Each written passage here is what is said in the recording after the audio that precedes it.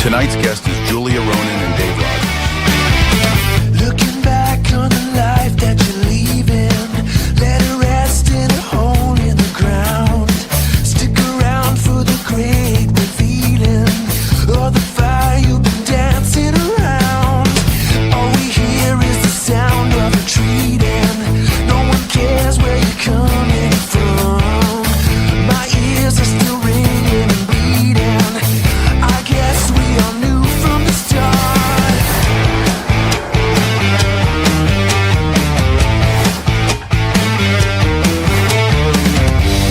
These are the days my heart goes numb. You know, one of these days will be the one. We're looking for answers. Oh, what a disaster. These are the days my heart goes numb. My heart goes numb.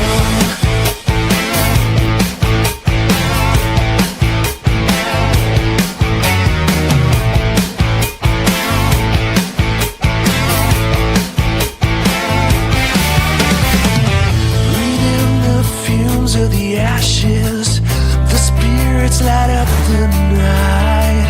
Looking down the ashes. We're live from the Untold Radio Network. It's Untold Radio AM with Monster Quest producer, host Doug Hajicek, and co-host Jeff Perrella Jr. Untold Radio AM is going live right now.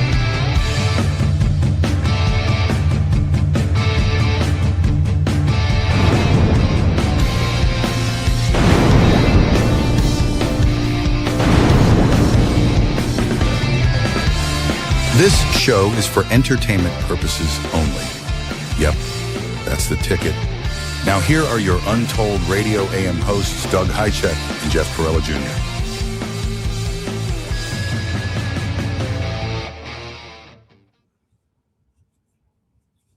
And here we are with unverified crap. We're here again. That week went so quick, Jeff. Oh, man, the last 3 weeks for me have been whirlwind. I've had so much fun. The last few weeks, it's crazy. Yeah, me too. I don't know why. It's been nuts. Yeah. We ended up, I had a meeting with Alex, give you an example of a day. So I had a meeting with Alex, one-on-one meeting. Within an hour, all the kids were here. All the grandkids were here. And I'm just like, oh my God. So anyhow, it's been like that every day. Yeah, I had a lot going on. A Well, I lot was of in family. Baltimore last weekend, and then I just haven't had any time to do anything. Yeah, Crazy. well, we missed you, Jeff. I miss you guys. Anyhow, hello, fellow Undoldians, and a special hello to any newcomers out there. Welcome. Good to see you. Yes, welcome to Untold Radio AM, home of your favorite unverified crap. We're right here on the Untold Radio Network, and that's Can't where verify that part of it. yeah, we can. That's where you're going to look for us if you want to do you want to listen at work. You know, there's no visuals, but if you want to download us, got to look for the Untold Radio Network. Unlike iHeartRadio, yeah. Yep, I heard radio, iTunes, Spotify, it's everywhere. Yeah, wherever. We're easy. But I am Doug Hajicek, and by my side You right are. here is That's the Doug Hajicek very over there. handsome Jeff Perrella Jr., a.k.a. the Big Ragu. The one and only. The one and only. He's very famous in his own home. A very small world. Yeah. Yes. Anyhow, but we have a lot of other paranormal shows on the Untold Radio Network, so Good stuff. Yeah. check them out if you haven't checked them out. But tonight we welcome back Dave Rogers, part 2. He's got a lot of nicknames. I remember him by the Bigfoot Preacher, but there's other nicknames he has, and we'll get into those. Along with first time ever on a podcast. Yeah. Julia Ronan. Yep. She's never even been on a podcast. Yeah. It'd be fun to talk to her. Yeah. And apparently Julia knows Dave, and Julia is now doing research also with Matt Lankford. Is it Lankford or Langford? I think it's Ford. I'm sorry. Come on, Matt. Why am I forgetting the last letter Matt, in your name? Remember. Langford. I think it is Lankford. And Matt says it's the. I like it. Yeah, there you go, Matt. He says it's the best there he is. podcast out there. But he said it's Can't verify unverified. that. I can verify that his last name is Lankford. We can verify that. Yeah, we can verify that. He verified it for us. Anyhow, he's buds. He's going to meet Dave down in some conference that he's going to. But we'll welcome those guys back, and apparently Julia will be sharing some fascinating information, also about using the Humbuzz purr Cool. as research that she's doing with Matt Talk to him Lankford. about that stuff. Yeah, that'd be Matt cool. Lankford. Ford. And so anyhow, I think they're the only ones using it for research, but it'll be interesting to hear what's going on. But before we get to our amazing guests, we have got Weird and Fast News, our pre-show, followed up by some other, I don't know if they're fun, but they're short segments. Should be fun. Including a brand new one called Is It True or Crap?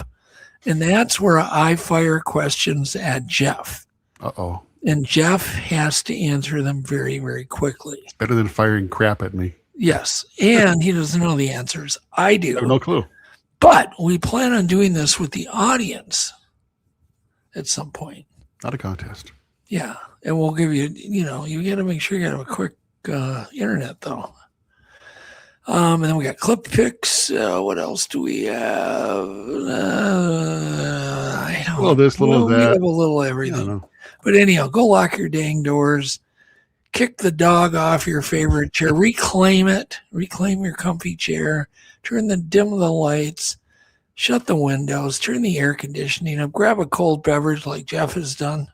I'm sure hidden behind the hidden in a can somewhere. It's water, man. An unmarked can. Just water. Yeah, grab some. Yeah, I'm sure it is just water. Have one glass of whiskey on New Year's Eve and never hear the end of it. I'm sure it's just water. Positive. Anyhow, but you will learn a little bit tonight, and you may get a goosebump. Possibly. Maybe Can't verify that. one or two. Okay. And by the way, I had some visitors on Thursday night Oh, yeah. that hung out around the house for about 40 minutes or so. Mm-hmm. And here's where it was cool. There were two orbs locked together. There's a picture I took, a screenshot. And what was cool is they would swoop at the house. I mean, they would come right up to the house, like within feet, but they would do it so quick and they'd be gone. Then they would shoot up in the air. I could never get a picture. I got one a little closer than this, but man, I could have got some money shots if I would have been quick. I mean, you can't just sit there and let your video camera run. Right. I don't have enough memory on my phone. Mm-hmm. Anyhow. So, but it was interesting. It was an it'd be interesting cool. night. We haven't had anything crazy paranormal happen for quite a while. So what do you think they wanted? Some unverified crap? What did they want? They're probably on a beer run, an intergalactic Beer run? Why not? Intergalactic beer run.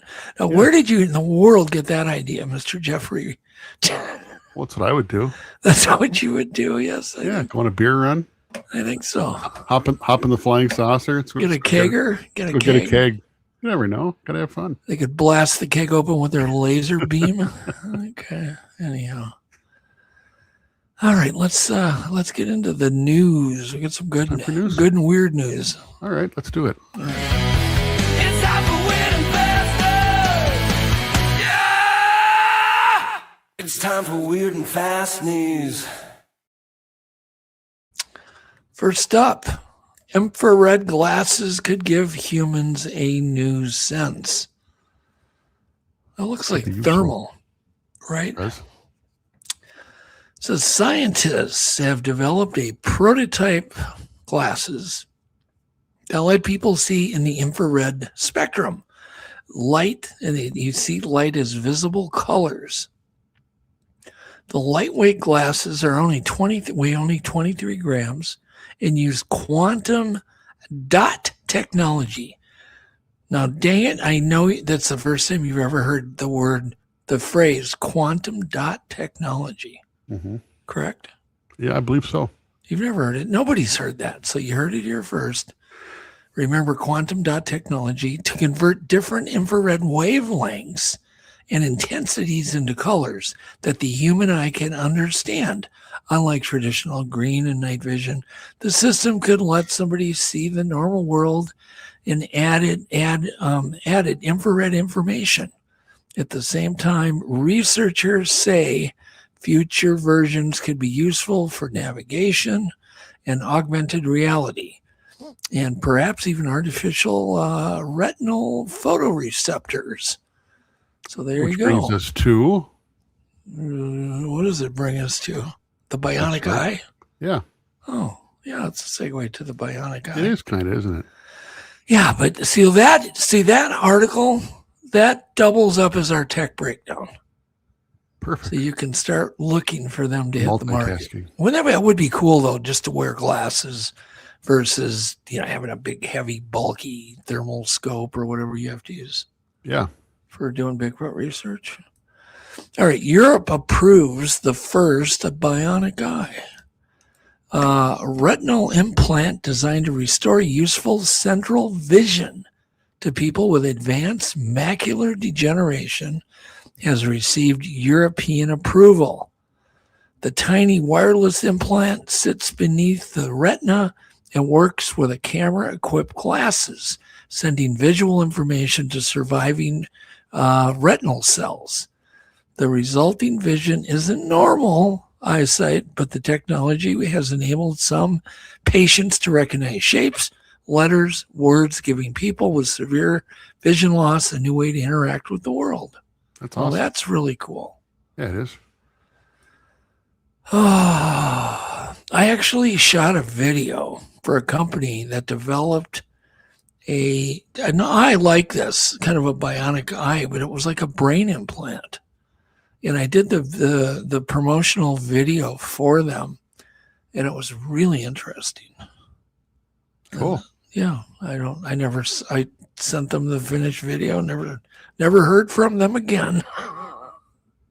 Yeah, weird. Physicists, but what got me is that was like 16 years ago, at least 16 years ago that I shot that video. So this technology, they've been working on this stuff a long time.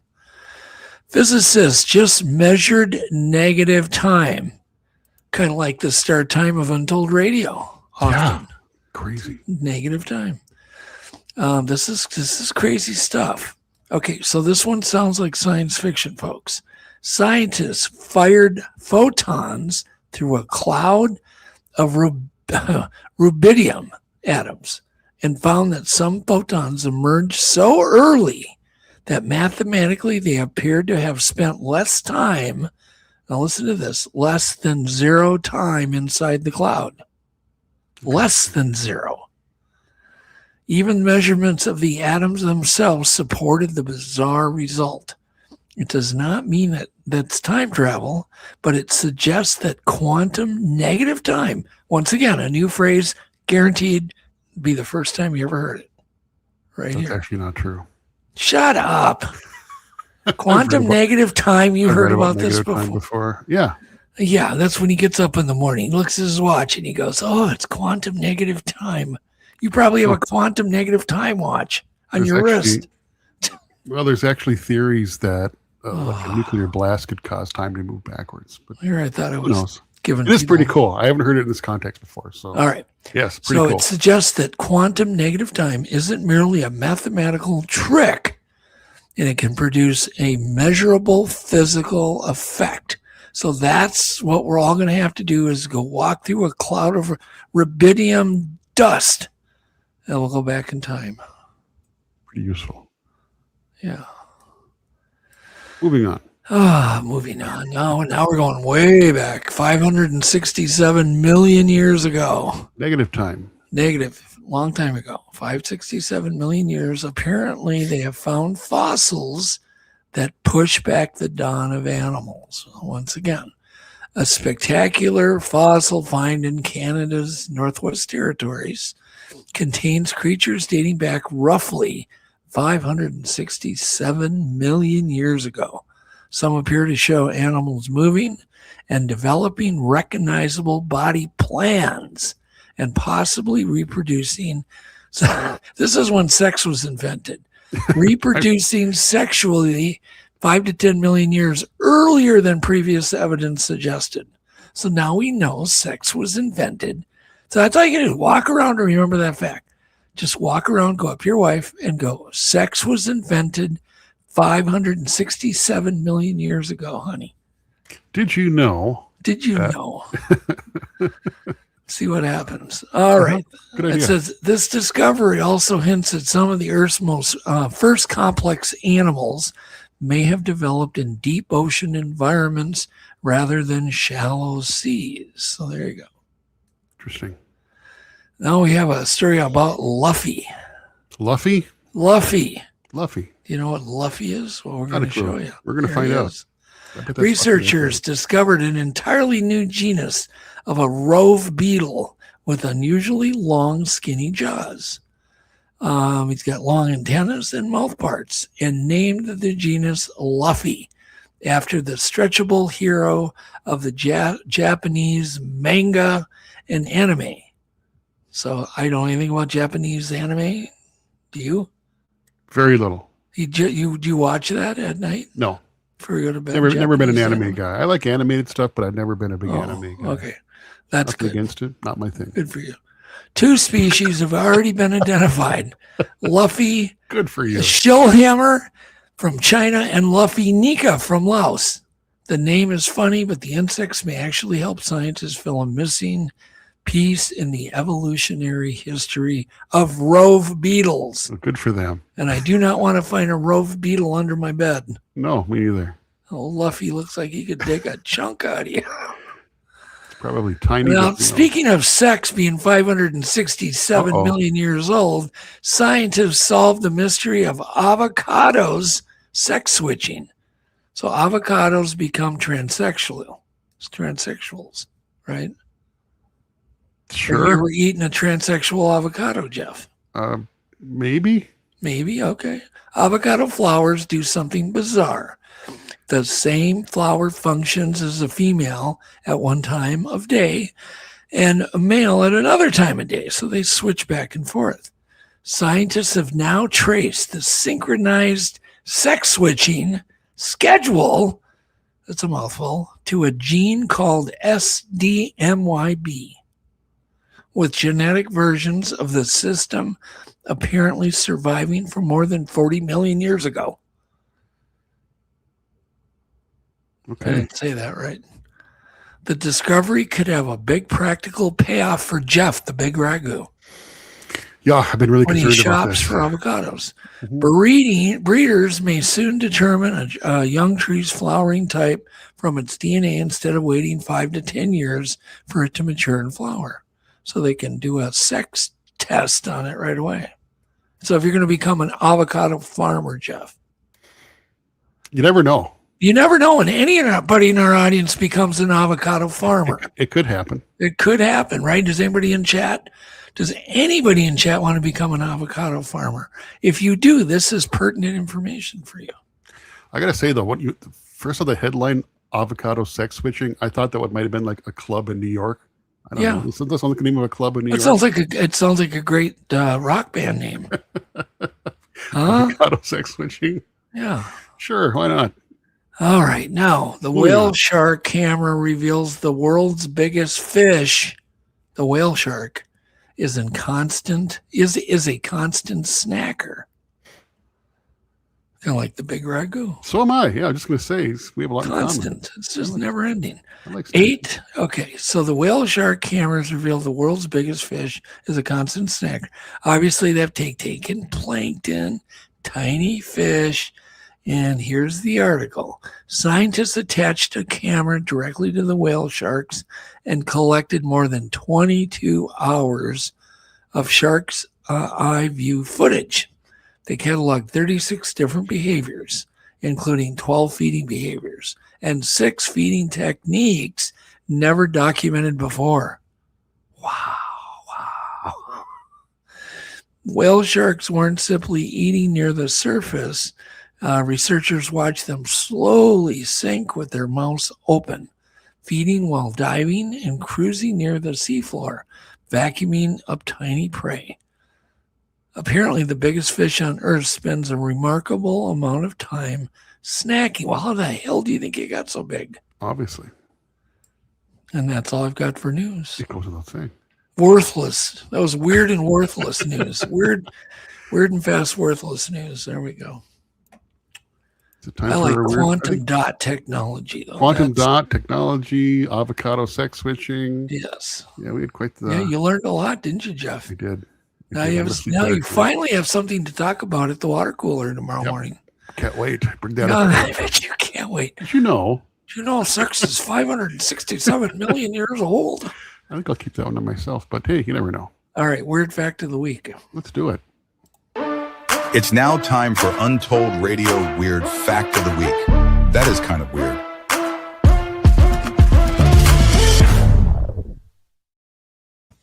All right. Apparently, coffee flowers naturally put caffeine in their nectar, and researchers discovered that bees, given the caffeinated nectar, were far better at remembering the flower scent than bees getting sugar alone. In one experiment, about 3 times as many bees remembered the caffeinated flower scent 24 hours later. That means caffeine was used to wake up.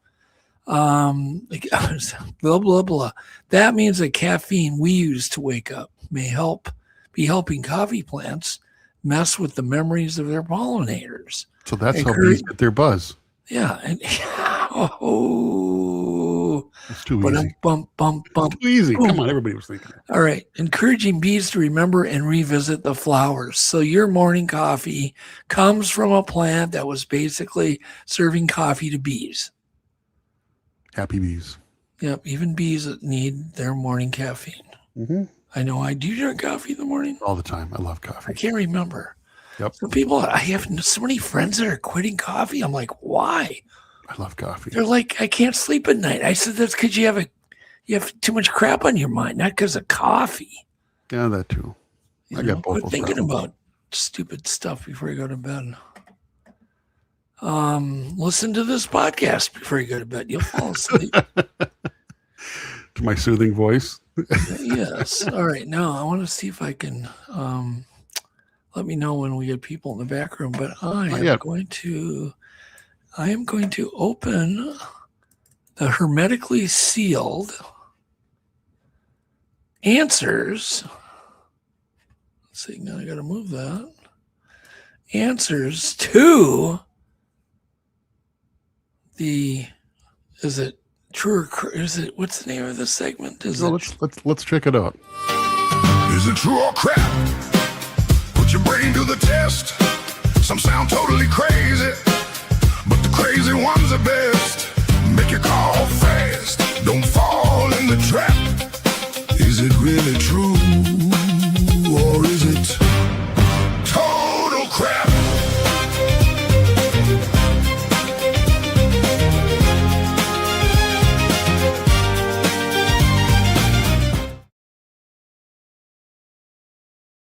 Is that your favorite bumper now? It's always fun to have a new bumper. I like that. Is that your favorite one? Come on. It's a good one. Sure. Yes. Why not? They're all pretty good. I like them. All right. So I'm going to do this quick. You get 5 seconds to answer these. All you got to do is say true or crap. Okay. I'm going to read facts and you just say true or crap. Okay. All right. You ready? Yeah. Are you braced?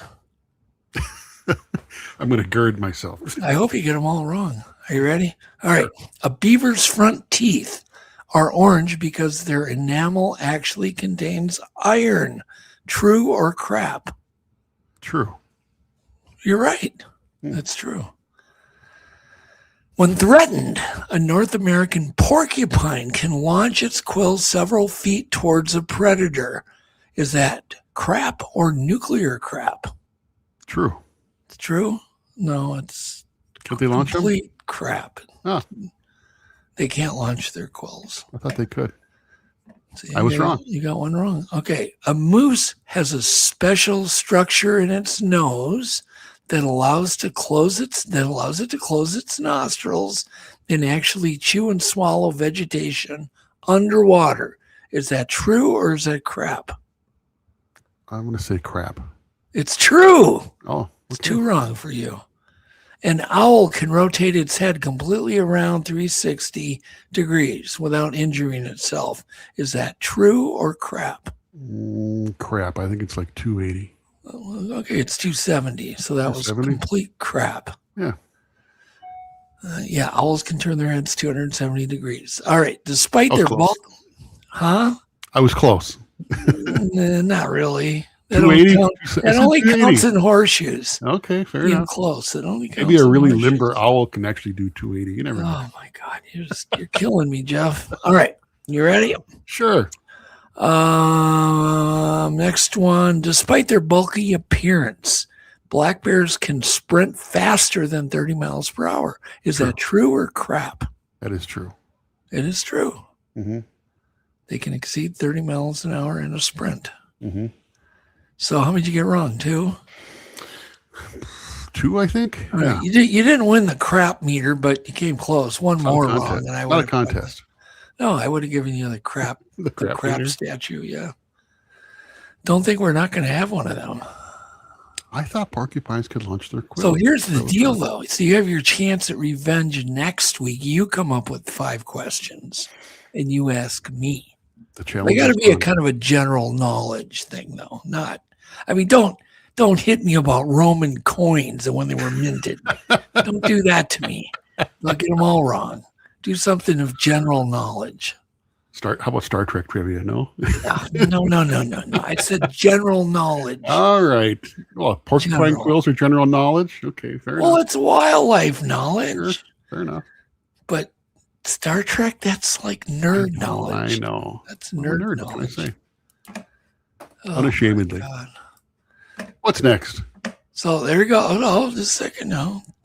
Doug says depends on the owls are surprised by a noise, probably. Yeah. Yeah, maybe they can twist it 360. Anyhow, hopefully you guys enjoyed that. What is next here? We have clip picks. Yes, let's go. Run some clips.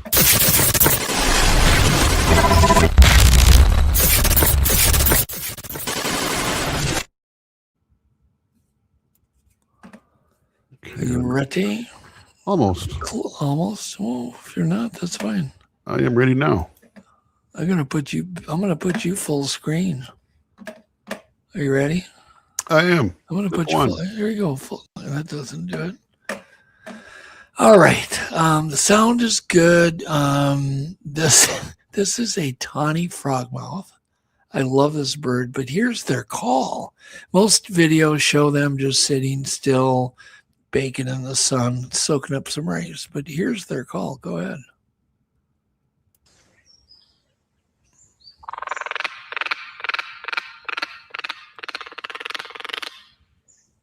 There you go.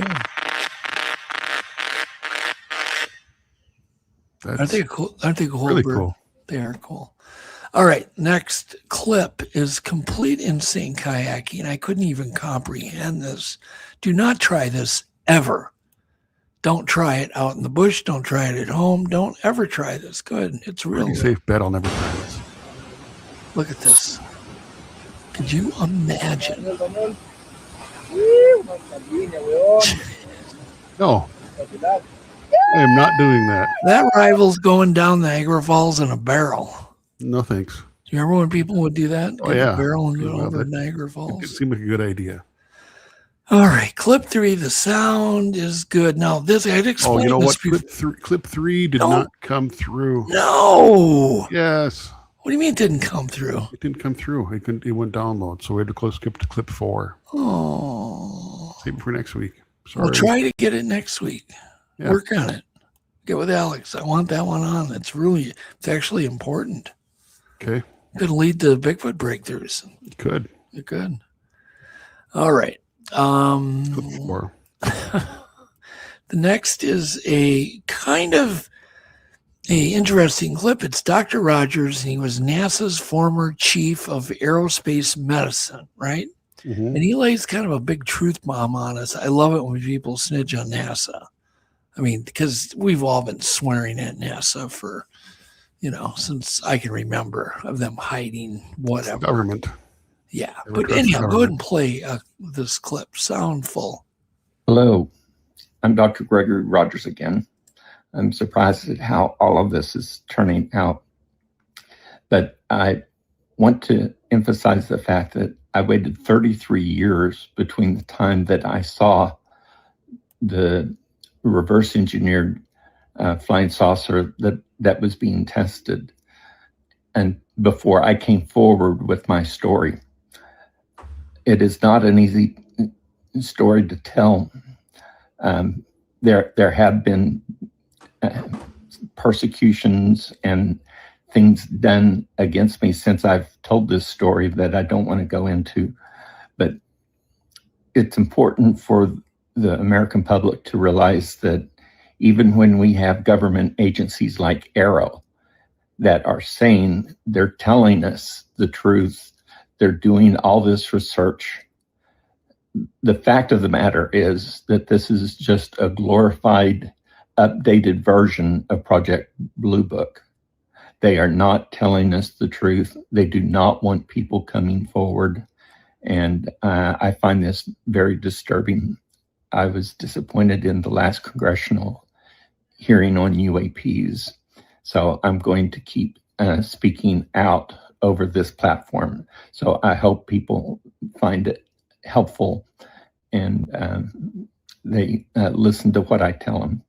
Thank you very much. I will be back again. Interesting. There you go. I see Caillou just commented about, there's a brand new, fairly new documentary about Bob Lazar. Right. I just watched it. It's really good. It's on You Amazon told Prime me to now. watch it. Yeah, it's well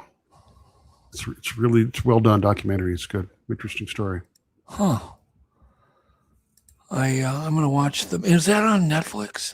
It's on Prime right now. It's on Amazon Prime right now. Oh, cool. All right. I have Amazon Prime. Okay, next time, the sound is good. Next clip. Next time you see a kangaroo in a tree, it could be one of these. Play this. It's kind of a little known animal that there's tree kangaroos in Australia. But they have them here in zoos. Maybe one will escape, Jeff, and climb into your tree in your front yard. It might happen. Yeah, it could happen. Marsupials are weird. They're just weird. This one's really weird. It's got that kind of piebald kind of fur on it. Number 6 and last clip. The sound is good. Does anybody know why bees might line up all in the, in the same direction? Do you know why? No. You don't? I don't know everything. Sorry. Did you go, I don't know? I don't know. Did you go, I don't know? No.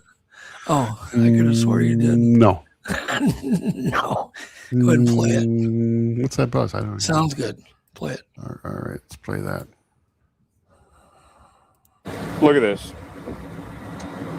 Now look at all those guard bees, all facing the same direction. This is a prime example. I'm not going to talk too loud.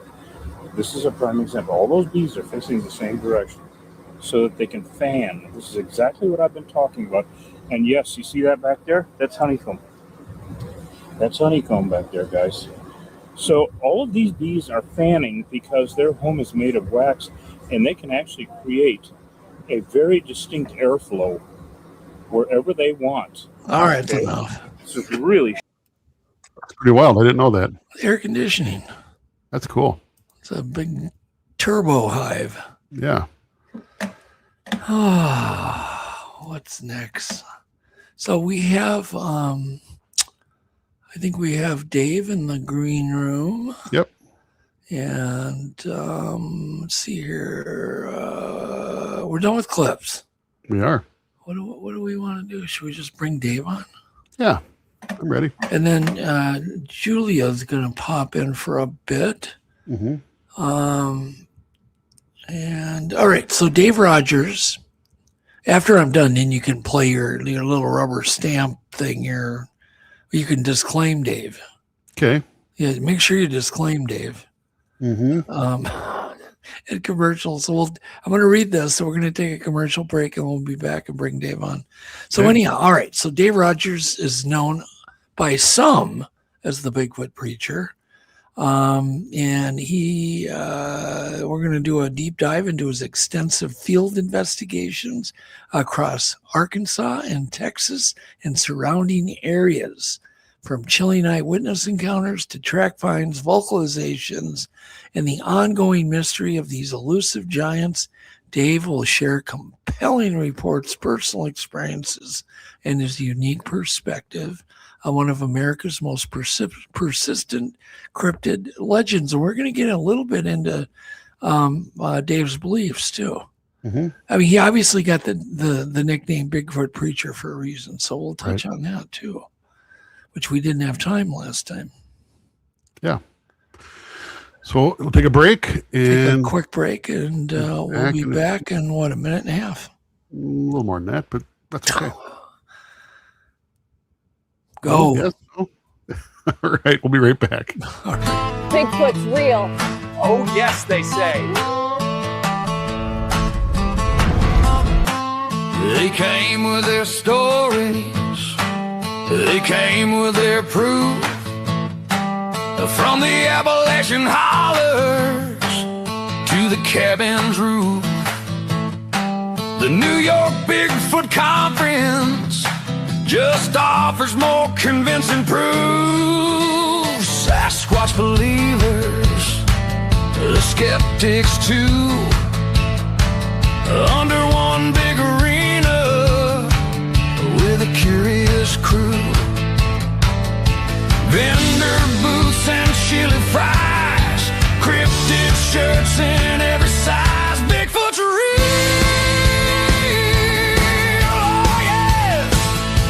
Say, spotted him just the other day.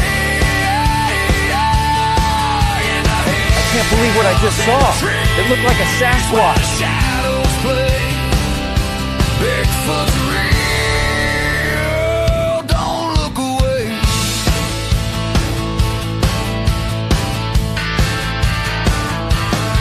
A man with only a camera says he heard the howl by a creek so quiet near an old church tower. A woman saw footprints as big as a plate. She said, I froze in the woods, I couldn't escape. Celebrity speakers, cameras flash, selling Bigfoot mugs for your morning stash. Bigfoot's real. The evidence is mounting year after year. They say, spotted him just the other day. In the hills, in the trees, where the shadows play. Bigfoot's real. Don't look away. Come to the New York Bigfoot Conference and believe.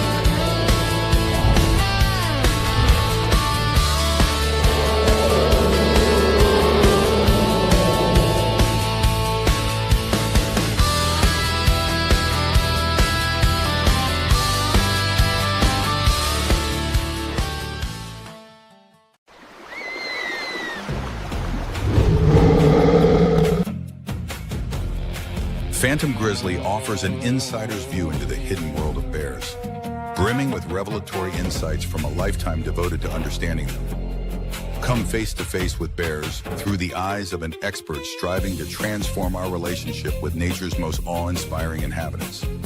If you're ready to venture far beyond the ordinary, to glimpse the wonder of bears in a whole new light, then this powerful book is waiting. Phantom Grizzly launches the 3-book Bear Communicator series, chronicling Dr. Stephen Stringham's extraordinary journey from fearful encounters to becoming one of North America's foremost bear researchers. Get the entire Phantom Grizzly set with Book 1, Book 2, and Book 3 right now.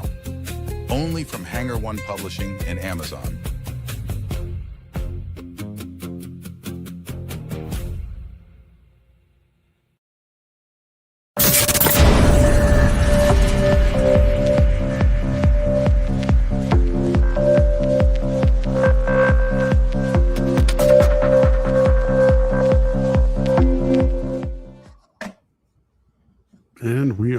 back. We are back. Welcome, everyone. Good to see you again. Not only do we have Dave in the back room, as we'll bring up Julia too, and we do here. Throw up that picture.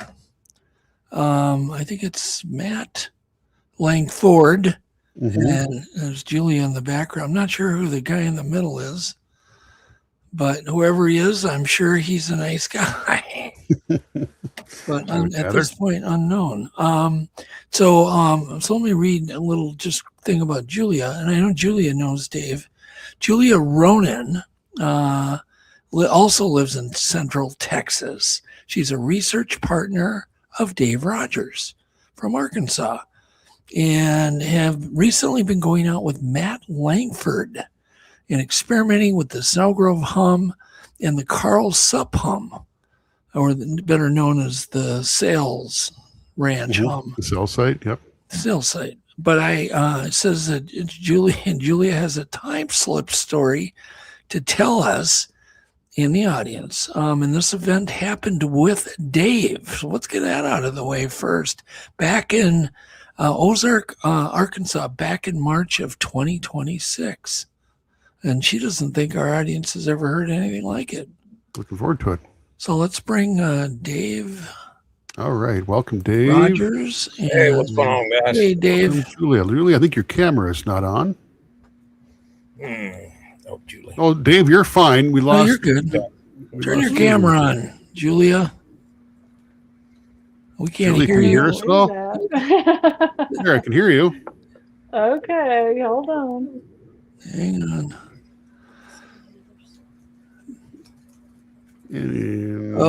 Something was happening. Something's happening. Yeah, we had to check. Everything worked good earlier. I don't know what happened. It's at the very bottom of the software. Yeah, There's a that's little all. picture of a camera. Anyhow, what have you been up to? What have you been up to, Dave? Oh, man, just working a lot. And anyhow, I forgot your other nickname, and now I remember it, Super Dave. Yeah. I'm going to go to a different link, y'all, and try to do it. Okay. All right. I've just been working.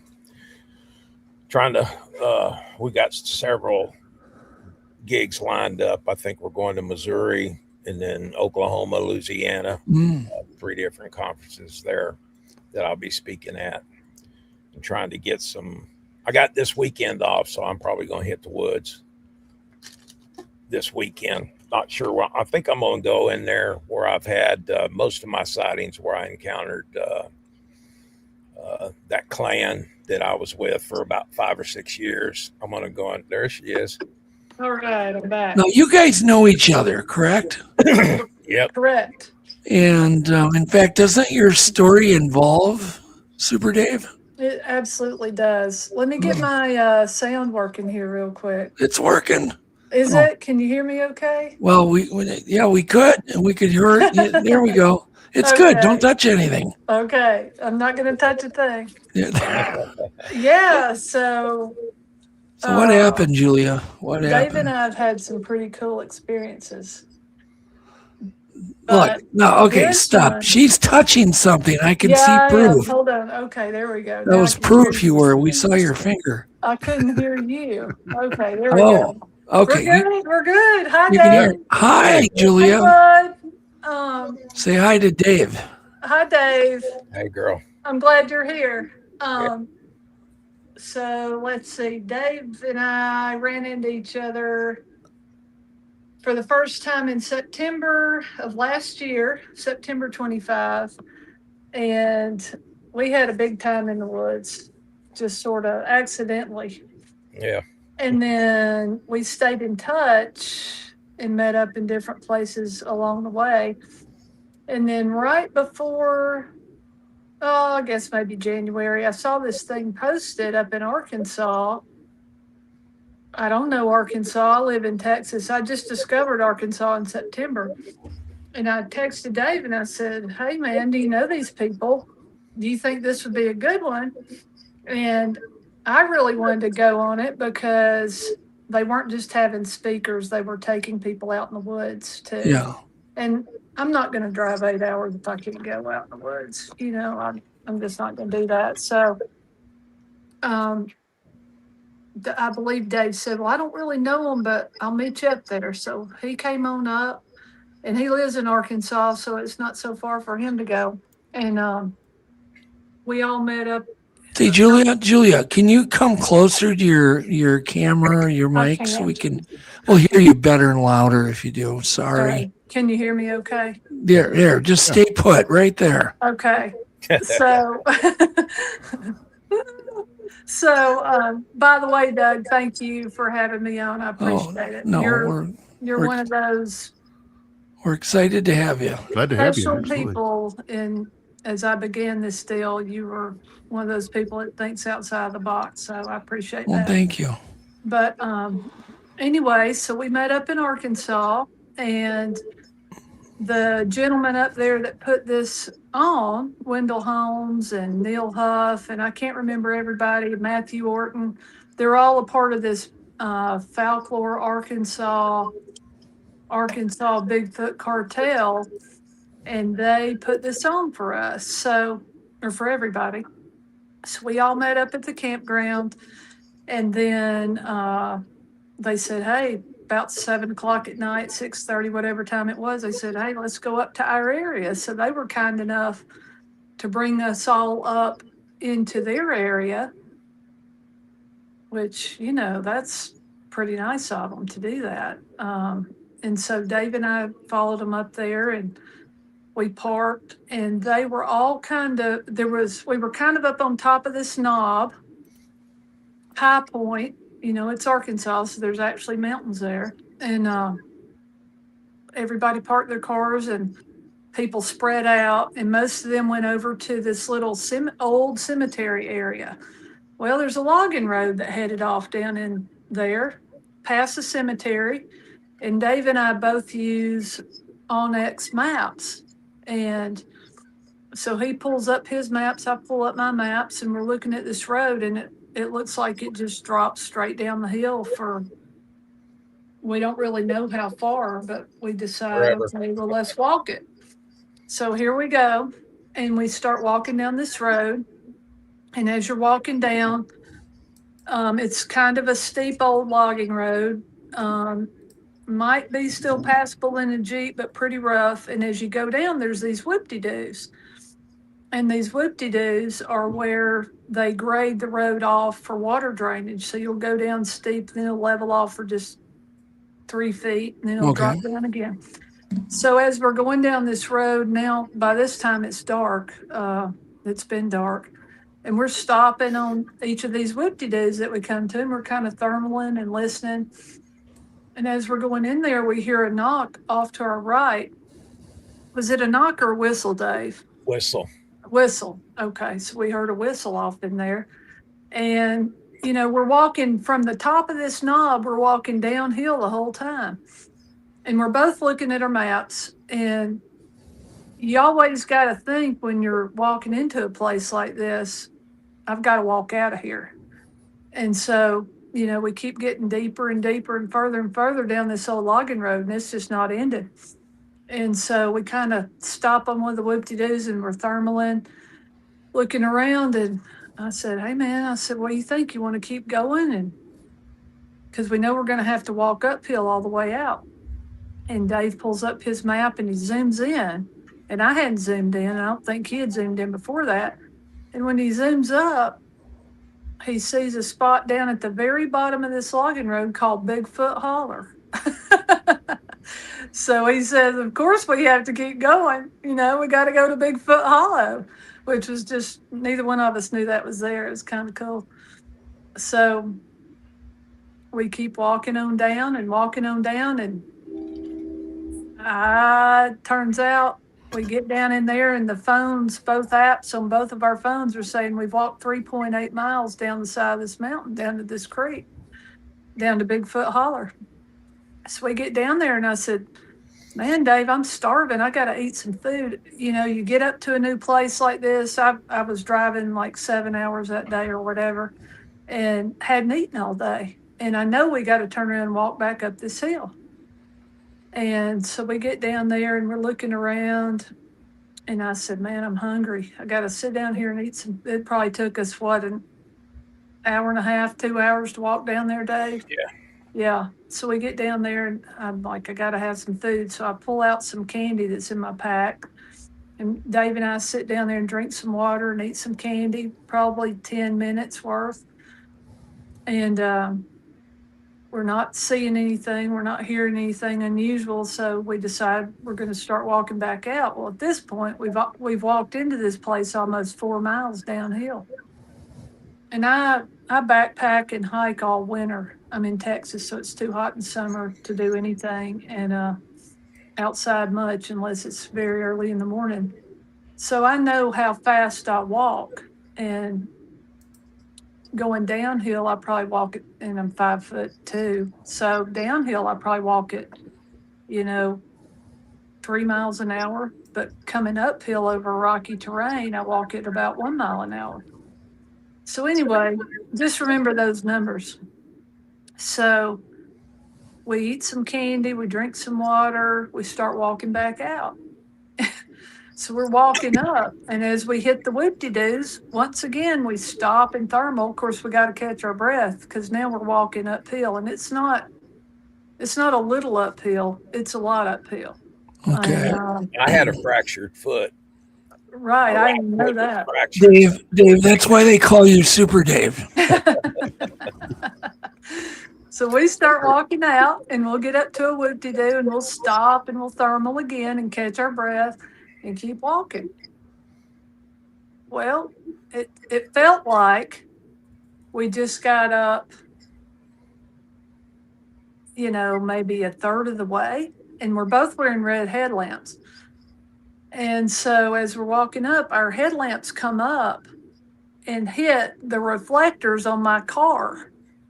Well, we're nowhere near where the car should be at this point. Like we should be walking for 2 more hours uphill because it's 3.8 miles, 1 mile an hour. That's 3.8 hours to get back. Just let me stop you right there, Julia. Yeah. 3.8 miles uphill would take me 3 days. Exactly. It didn't make any sense, Doug. It made no sense. And both of our red lights hit my red reflectors on the car at the same time. And I don't know about you, Dave, but it scared me when I saw It did. Yeah, it boogered I, me up. I thought they were eyeballs because that shouldn't have been there. So we don't really say anything about it. We're just kind of like shocked that we're already back to the car. We're not out of breath. We're not winded. We're not dragging I know what it feels like to walk 4 miles up a mountain, and it's exhausting, and we're both feeling pretty good, and we're back at the car, and we get in the car, and I turn the motor on, and the little screen pops up, and it says 1047 or 1057 on the screen. And I looked at Dave, and he looked at me, and I said, what just happened here? And he said, I don't know, but I took a selfie down there. Yep. So when we were down at Bigfoot Hollow at the creek, Dave said, hey, let's take a selfie. Well, I'm not a selfie person, but Dave is. So we took a selfie, and he pulled that selfie up, and it said 9:47 because, it has a timestamp on it. And now it was only an hour later.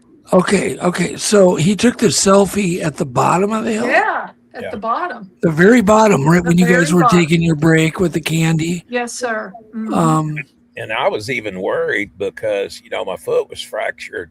And the closer you got to Bigfoot Holler, the steeper that road became. And I was thinking to myself, did I bite off more than I can chew on this round? I don't know if I can get up out of here or not, because it was so steep. Mm-hmm. And then for us to make it back in that an hour, I don't know. It was plumb freaky. Yeah, for sure. Okay, so it took you how long? Did you have any documentation how long it took you to go down? Because it should have taken close to twice as long to get up. Right. We didn't have any documentation of how long it took us to get down, but I'm going to estimate an hour, hour and a half. And how long then did it take you to go up? 1 hour on the dot. 1 hour with what did you have, like a cast on your foot or a No, I'm kind of a hard butt sometimes. Super Dave? Yeah, we got that now. I'm kind of like my grandpa. He always said, well, them doctors, they just trying to get you off the payroll. Okay, so at this point, you're both a little freaked out. You shouldn't be there. A little bit. Who's more freaked out, you or Super Dave? I think it was kind of we just kind of looked at each other, didn't we, Dave? Yeah, I was, once our lights hit the Jeep, I'm like, there's no way that could be there. Yeah. It was real unsettling. Yeah. Because we'd made it back in that amount of time. There's no way we could have walked up that hill in that time frame at all. At all. And then there was her Jeep. I was shocked when I saw her Jeep. I was like, there's no way that could be there. But there it was. I'm glad I took that selfie at the bottom. Me too. And I sent that to you, Jeff. I sent you that selfie. It's number 15, if you have it. And also sent the map 14. I didn't see a selfie. Let me do a little more digging here. Look at the last thing I sent. Or it doesn't really matter. It's just a selfie. Yeah, I'll find it. If you send it to me, I'll find it. I didn't see that yet, but it's okay. So keep looking. We get back to the car and we're kind of looking at each other like, what just happened here? Because, a lot of weird stuff happens in the Bigfoot world, but right. So 2 hours and 2 miles, we weren't even out of breath. Yeah, it's like a glitch in time where time really isn't missing. It's kind of shifted. Yeah. I really don't think time's is linear. No. All the time, because I've had these things. I'll just tell the same story just real quick. Go ahead. Sure. I was at a family reunion with my daughter. We go up to our room to put the luggage in, and we go back. Then we're going to go down the elevator. We go walk to the elevators, and a family's coming out of the elevators. Very distinct family. Mm-hmm. One guy's got an afro and a bright red and gold shirt. And I mean, the whole family was extremely distinct. It was a big family. We wait for them to get out of the elevator because they're going to their room. We get in the elevator, we go down, we pop outside, and here comes the family walking towards the hotel. So they're walking towards the hotel now, and my daughter looked at me and goes, just like you and Julia did, and kind of went glitch. Mm-hmm. Like, it doesn't make any sense. Right. And I've had things like that happen just a few times, but when they happen, you kind of just instinctively know something's wrong. Now, at any point, did you guys discuss it then even more when you got to the top? Yeah, when we got in the car and saw the clock turn on and saw 10:47 on the clock. Yeah. We both kind of looked at each other, and I said, "What's going on here, Dave? Something's up." I said, and he said, "Oh, I took a selfie at the bottom." So that's how we knew for sure that there was a problem, because he took the selfie, he pulled it up, and it said 9:47 or 9:57 on it. And I'm looking at the clock that says 10:47, whatever time, 10:57, 10 minutes difference. And I said, what if we get back to camp and nobody's there? Because we had camped in this big campground. I said, man, we're in trouble. Well, how much time do you think actually was glitched out? How much actual time? It would have been like 2.8 hours. Really? Wow. Yeah. And we weren't even out of breath. I wasn't tired. Were you tired, Dave? No, not at all. No. Like, okay, so it's like you guys went unconscious, got transported up the hill, and then woke up with no memories of. When it happened, I did not feel anything different in my body or in my brain. Nothing felt different. Did it to you, Dave? No, not really. I mean, and here, this is one of the freaky things, which I hadn't sent that video to you yet.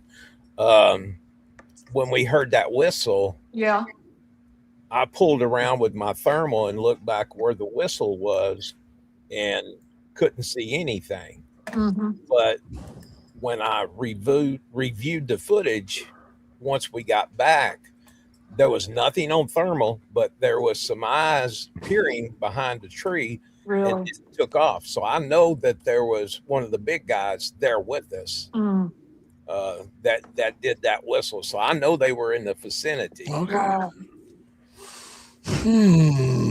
Crazy.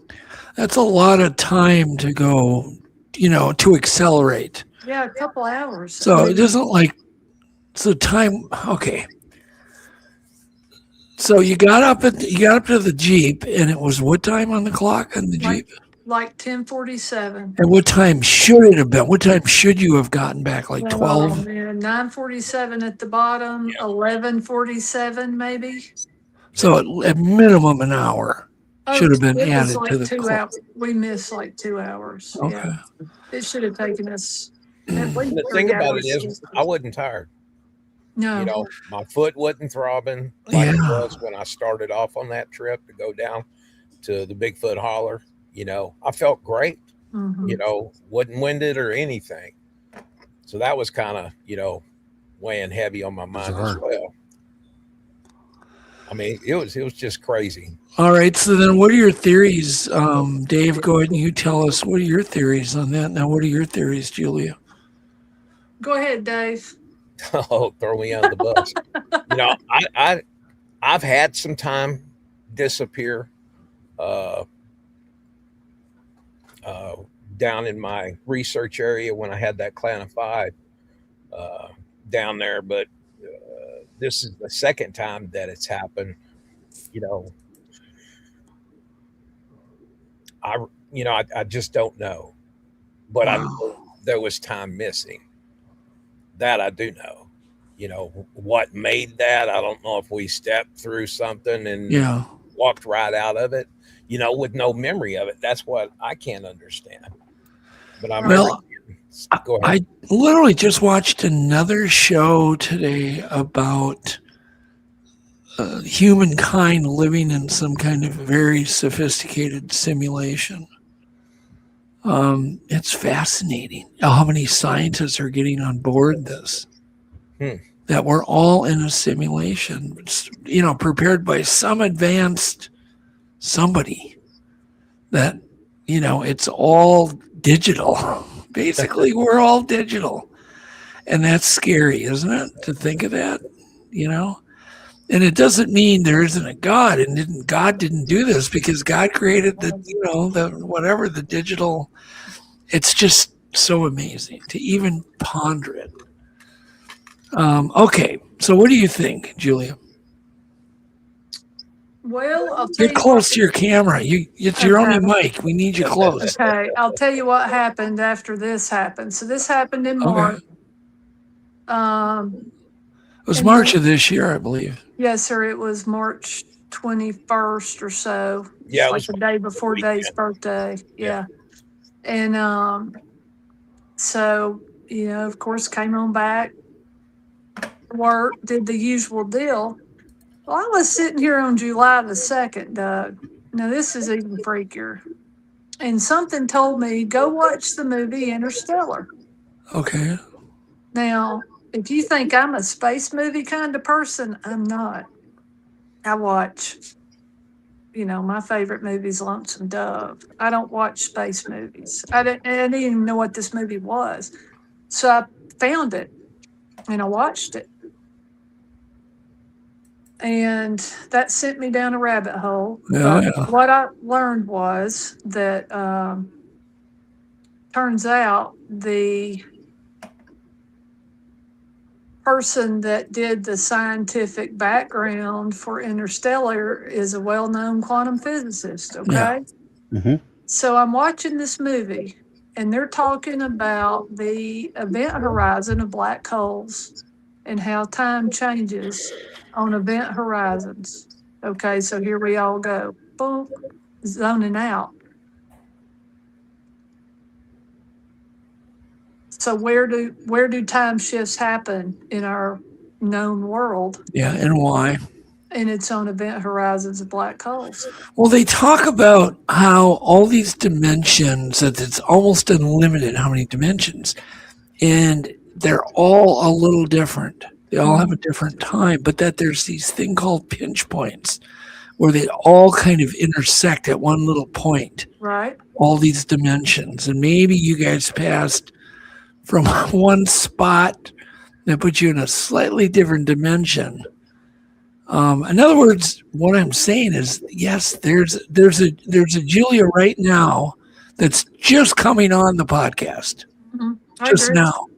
I think it's totally valid. And there's a Dave who said, I'm too tired to go on Doug's podcast right now in another dimension. Screw that guy. And there's And a so thousand Dave's more. missing, yes, and another dimension. If you can imagine unlimited dimensions for all of us, Right. that there's at minimum 11,000 Julias. All possibilities. And who knows? So Yeah, I you're great. think after thinking about this for the last, and I think I called Dave one day and I said, hey man, you got to watch this movie. And I went deep.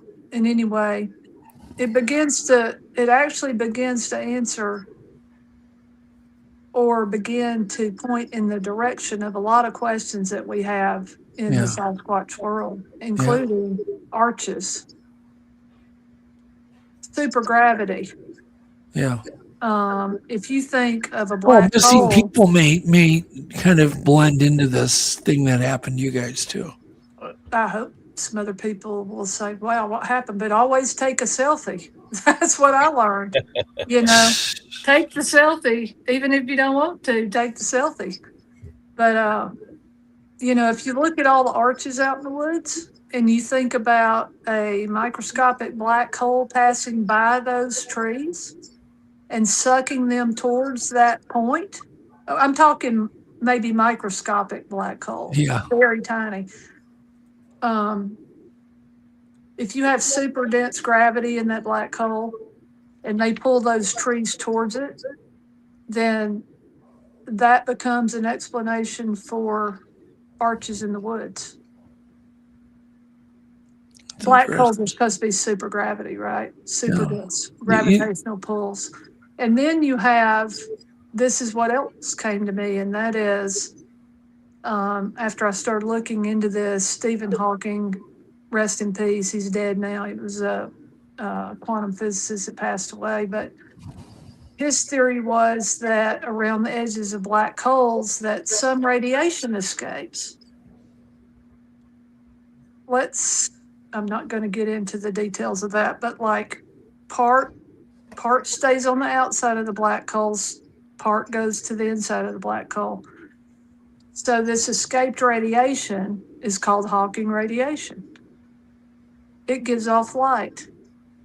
Orbs spinning off the microscopic black hole. It would explain orbs as well. So you've got arches, you've got time shifts, and you've got escaping radiation, which becomes light off of these things. Now, while I'm talking about radiation, this is a radiation detector. Yeah. The next night, Dave and I were out with these same fellas, and I had this in my pocket, turned on, and I've tested this at the hospital. It's why I have it. I work with radioactive patients. So this is a Geiger counter now. You remember the old 1950s Geiger counters. These things are like $39 on Amazon. eBay. Yeah, whatever. So what did that thing pick up just down the road from where this happened? It alerted. It's only alerted one time. I've had it in my pocket ever since. But it did alert one time? Yeah, when Dave and I were the next night, Dave, up by that frog pond. Remember that? Yeah, Crystal Pond. Well, hang on, Dave. Tell us what happened, a little bit more detail on the frog pond story, Dave. Usually when we're on an expedition or, with somebody else or together, I usually like taking Julie with me because she'll go the extra mile and she's not afraid to. So we usually buddy up and go. And so on this trip here, they had guys were handing out stuff. Some of them had spirit boxes and all this kind of stuff. And Julie's, we kind of left this camp, which was a freaky thing about this camp. It had a big circle fire ring, but you could stomp around that area, and it sounded like there's maybe a big chamber under this area. I've got a buddy of mine, as soon as he can cut loose with some ground penetrating stuff, he's going to go up there. Me and him going to go up there and check it out, see if there is a cavern underneath there, because there are some caves up there.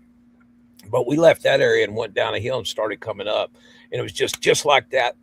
Everything would shut down. All the crickets, the frogs, everything. It was just completely silence.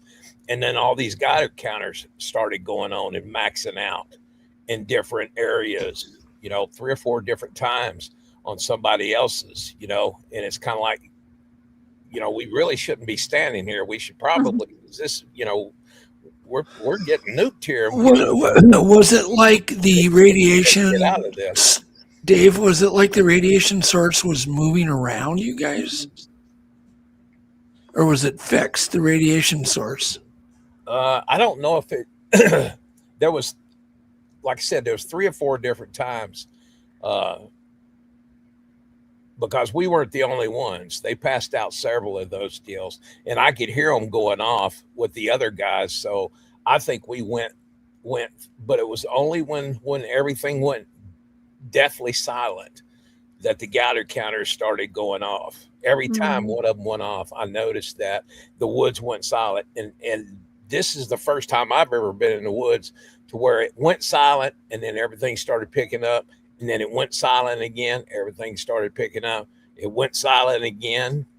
Usually it'll go silent, stay there, but this was kind of like an off and on deal. And so we just kept proceeding up the hill, and then the woods would go silent again. But there was one place there that was pretty hot, and we even discussed about moving on because the Geiger counter was cracking, full throttle, and it's like, wow, where's this coming from? This is kind of freaky. So we considered going. We went ahead and went on up the hill, and I don't think it ever went off after that. After we got up toward the hill, top of the hill. Very interesting. I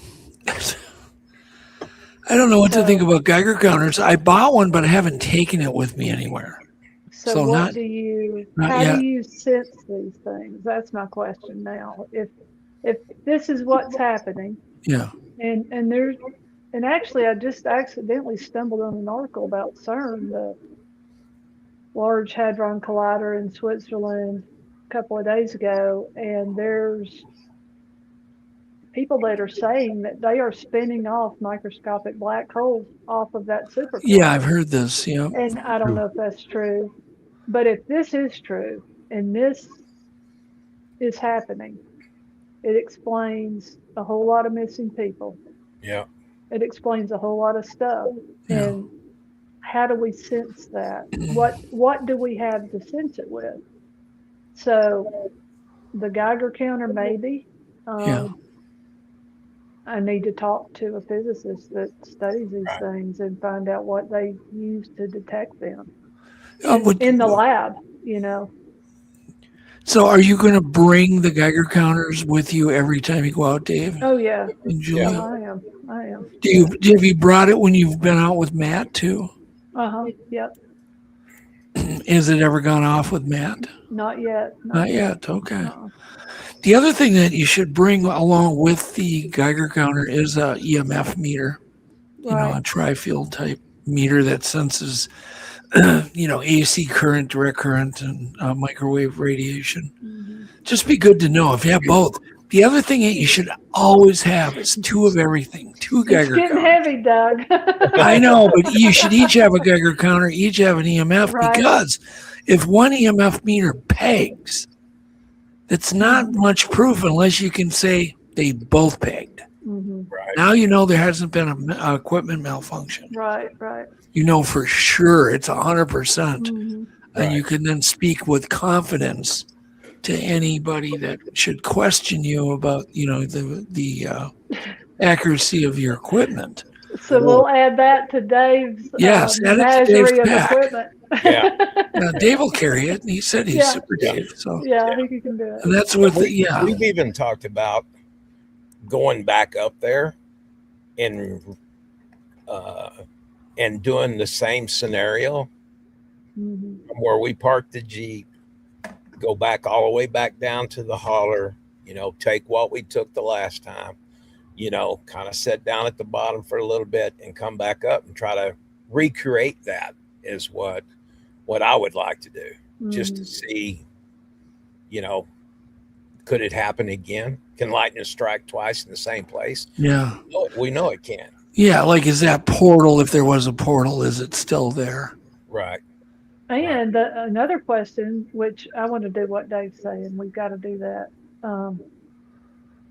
But that sort of addresses the old migration question too. If there's a portal that's there for a certain amount of time being relative, then is there migration, or are these things blipping in and out of these portals that are moving to different places? I feel like they are moving in a general location. Because active areas are active areas. Yeah. They're active. The whole paranormal thing, the Bigfoot thing, it's Right. all the same thing. If it's a black hole, microscopic black hole. Well, this portal thing is really interesting because I talked to a man who is actually with Adam right now at this moment. Up north, they're building I don't even want to. Adam's gone feral again on me. But they're up north right now. But the guy he's with, I talked to him on the phone, and he has witnessed a portal that was a group of Native Americans that have this method of opening up portals. Wow. And he was there as a witness. He's not a Native American, but he was there as a witness, and he verified it with me. He said it opened up and a creature came out of it. He saw it with his own eyes, couldn't believe what he was seeing. He's going to be on this show, I'm hoping, soon with a live report, maybe even next Sunday. But I've been talking to more and more people who have seen portals open up and things coming out of them. And I don't know if it's true because I haven't seen one, but I have no reason to doubt these people. It's kind of a wild story just to make up. You know what I mean? Right. That's the thing. If you're going to make this up, if I was making this up, well, first of all, I have a pretty good history or education in physics. I mean, I did mechanical physics, Newtonian physics, and sound wave physics.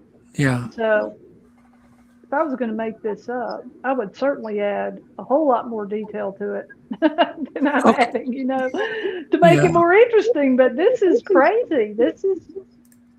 I was mind-boggling. I was just with Adam Davies yesterday, and Adam clearly has told me about portal he witnessed opening and creatures coming out of it. Mm-hmm. And Adam is a guy that I hired to do all sorts of exotic trips to Mount Everest. I mean, he's a guy I could trust. I mean, how many guys can you trust to send to Mount Everest and get a mission accomplished? I trusted Adam Davies. I'll go. Bhutan. I mean, I've sent him all over the world. Mm-hmm. And he's always come through for me, So when he tells you a story like that, it sounds like, what? Right. But yet he tells it like, he's like, sorry, Doug, it's what happened. Right. Let me say one more thing about these before I forget it. And it's maybe nothing to anybody, but it's something that hit my brain a couple of days ago. And that is the crop circles in England, the ones that weren't deemed to be fake, where they went in and they examined the plant stems and the nodes of the wheat that was bent over. Yeah. It wasn't broken. It was just like exploded. Modified. Yeah. And so if you think about the arches in the woods that are all bent in a certain direction, Oh, are you thinking that might be? Yeah, that's what I'm saying. The Oh, so I've trees. never heard that theory, Julia. Well, no, it just happened. That's why you haven't heard it. Well, I've never heard that from anybody. You're a deep Well, thinker. it happened. And so when something like that happens to me, I got to know why, what's going on here, right? So the nodes in the wheat in England, the wheat wasn't broken. The nodes were modified so that the wheat could bend in the direction of those crop circles. Oh, With okay. with the trees here, the trees aren't broken. See, Julia, I want you to, you don't need to ever go away here, but can you turn your volume down a tiny bit? We're hearing a little echo. Okay. Just a bit, and then just get closer, and that problem, usually you'll be able to hear us. I take it you're using like a good cell phone. Correct? Yeah. Is that better? Or is it still there? Yeah, I don't hear an echo now. Okay. Good. So I think that the young saplings, if let's say a microscopic black hole comes near a group of saplings and they're bent towards the gravity of that microscopic black hole, and perhaps whatever's happening in England in the wheat is happening in the saplings. Nobody's ever sampled those saplings. No, you're right. You're absolutely right. What it looks like. Caillou asks, did you walk under one of those saplings on your way up the hill or down the hill? Not that I recall, because we were on a logging road. Yeah. So I don't think we walked under, if we did, it was pitch dark and they were way over our heads and we didn't notice it if we walked through one. Is it okay if I bring on another crazy Texas researcher, Matt Lankford? Yeah. I think I can summon him if I just say the magic words. I think we can just summon Matt. Summon Matt. Yeah, we can summon Matt. But anyhow, okay. But I want to just change the subject quick to this. You were doing some work with hum. Didn't you and Matt try some hums and things, playing hum recordings and other Bigfoot type recordings? Are you asking me? Yeah, I'm asking you. Yeah. Oh, yeah. We were just out. We were just out last Sunday, week from today, and Matt had his Bluetooth speaker, and he had some recordings that Karl Sup had sent him. And we were sitting. It was about 11:40 in the morning, and it was getting hot. So we were kind of getting ready to get out of there, and we'd walked upstream on this river, and had sat down on this horizontal log. And probably the river was 60 feet below us, and the top of the bank was maybe 20 feet above us, something like that. It was pretty good. It's a straight off drop to the river, and the trail kind of sides along the hillside there. You don't want to step off or you're going to go for a ride. So anyway, Matt said, let's sit down here and play this hum real quick. I said, okay. So we sat down on this log, and I was upstream from Matt, and he was about 10 feet to my left, downstream from me on this horizontal dead log. And he pulls out his Bluetooth speaker and hits play. And before I tell you this, to my right is a tunnel into a thicket, almost like into a laurel thicket. It's pretty thick. And the trail goes on up through that, but you can't really see into the thicket. Okay. So he plays the first sound, which was a hum. We listen for a minute, nothing happens. He plays the second sound, don't remember what that was. Plays the third sound, and it is sounds that Karl had recorded that sounded like monkey hoots, like chimpanzee hoots, like hoot, hoot, hoot, woo, woo, chimp sounds, loud chimp sound. Do that again? No. And the second, I'll say 3 seconds after that, quit playing. And I was recording all this, but I can't play it for you because I started cussing. It scared me so bad. I heard boom, boom, 2 steps so heavy that it shook the log the horizontal log I was sitting on. 2 steps, boom, boom, and it was gone. And I didn't hear it hit the water. So Matt's looking the other direction, filming the other direction. He doesn't hear it. And Matt's carrying a shotgun. I'm like, Matt, get your gun. Matt, get your gun. Because I didn't know what was going on. It terrified me. So I draw my weapon. I'm running towards the thing, whatever it is. I'm going to go see what it is. So I shoot up there, and there's nothing there.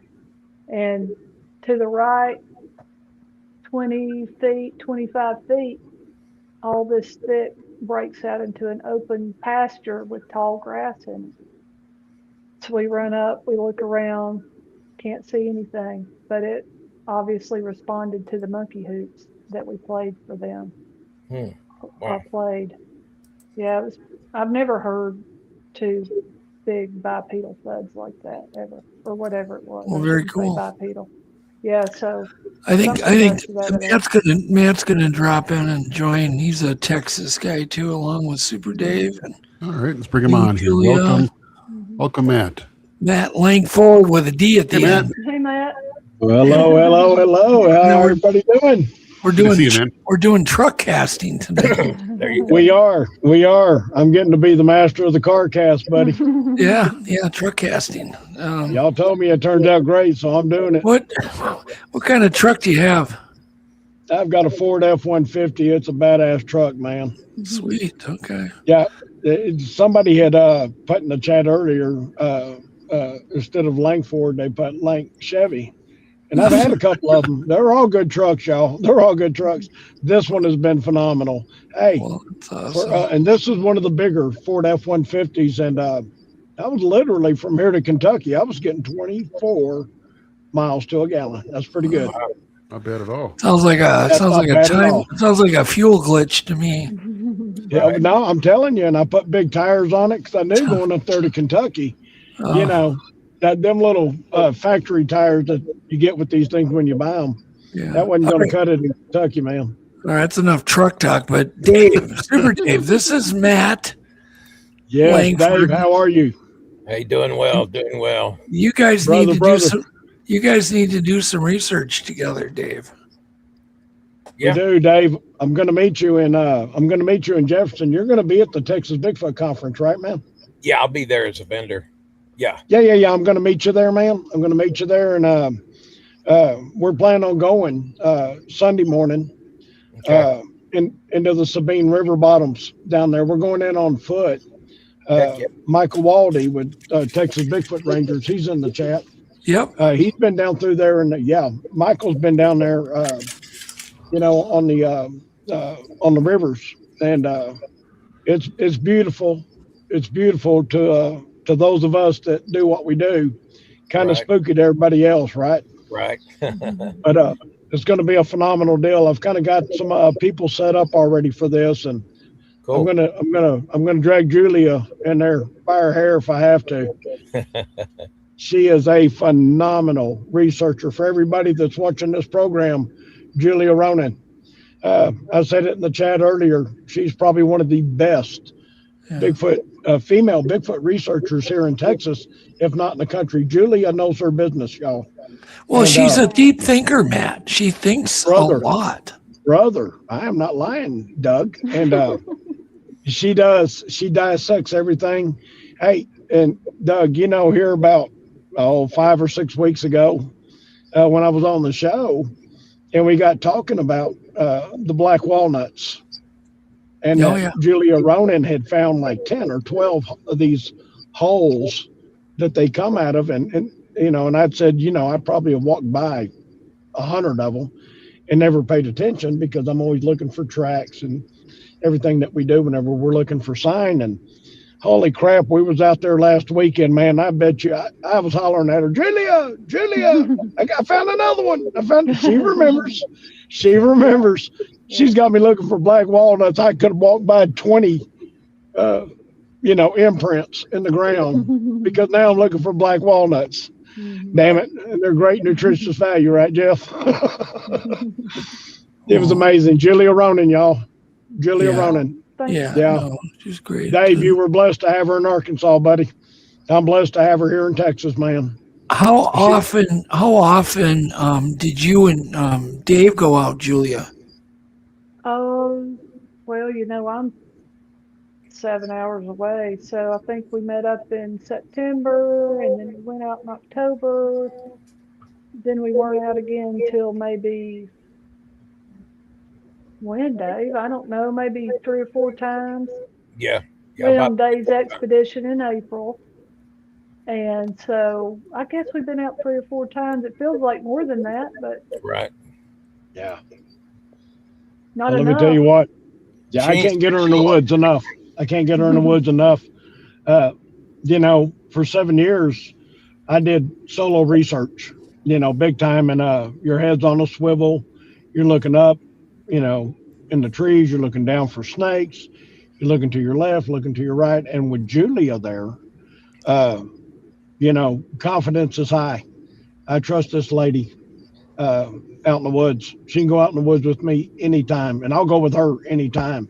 In fact, this private property that she was talking about when we were on the Bluetooth speaker, Doug, and we're playing, we played Snellgrove Hum, and, we'll play it, and then we'll listen, and we didn't get anything. And so Karl Sup had sent me quite a few recordings. Carl's in the chat too.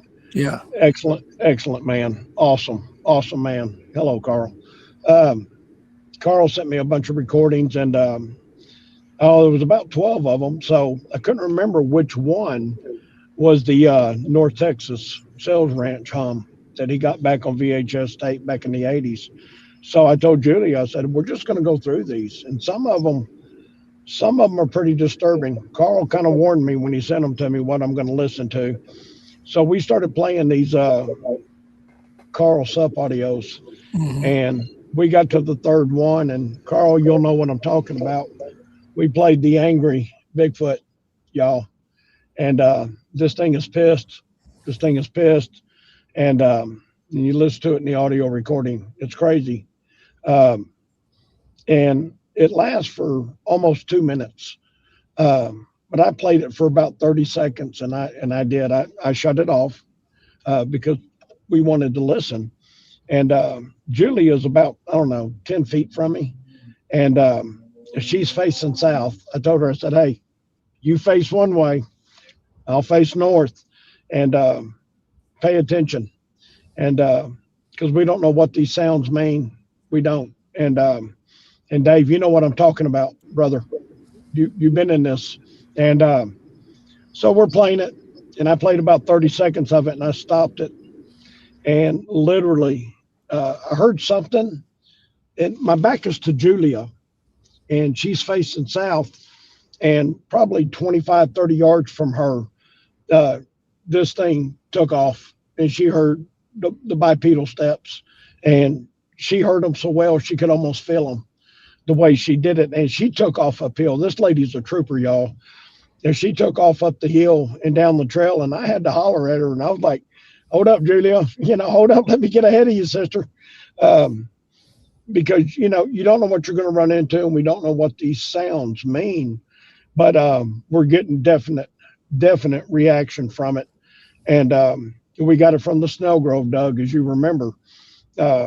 Everything in the woods goes quiet when you're playing it. The birds all shut up, everything. Yeah. It's just, it gets so quiet. You'll play it, and then and we'll play it. You've got it on a 1 minute loop for me, Doug, and I'll play it for a minute. And Julia was with me, and we talked about this, the smells.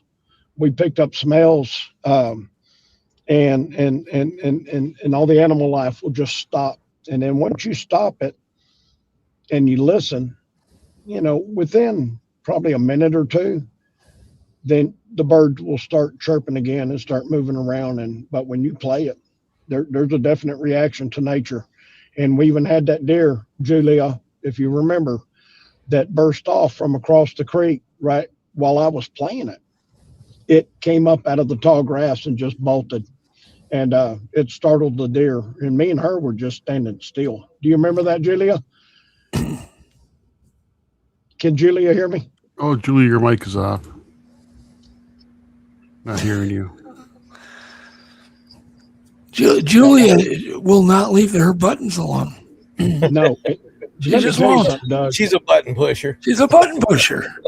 I keep telling her she's the tech half of this thing that me and her's doing, and she knows more about electronics. She's like, I don't know, she's like the female version of Jeff Perrella. She's like so smart. She is. I'm not lying. Slow down. I don't know. We'll call her Julia Perrella.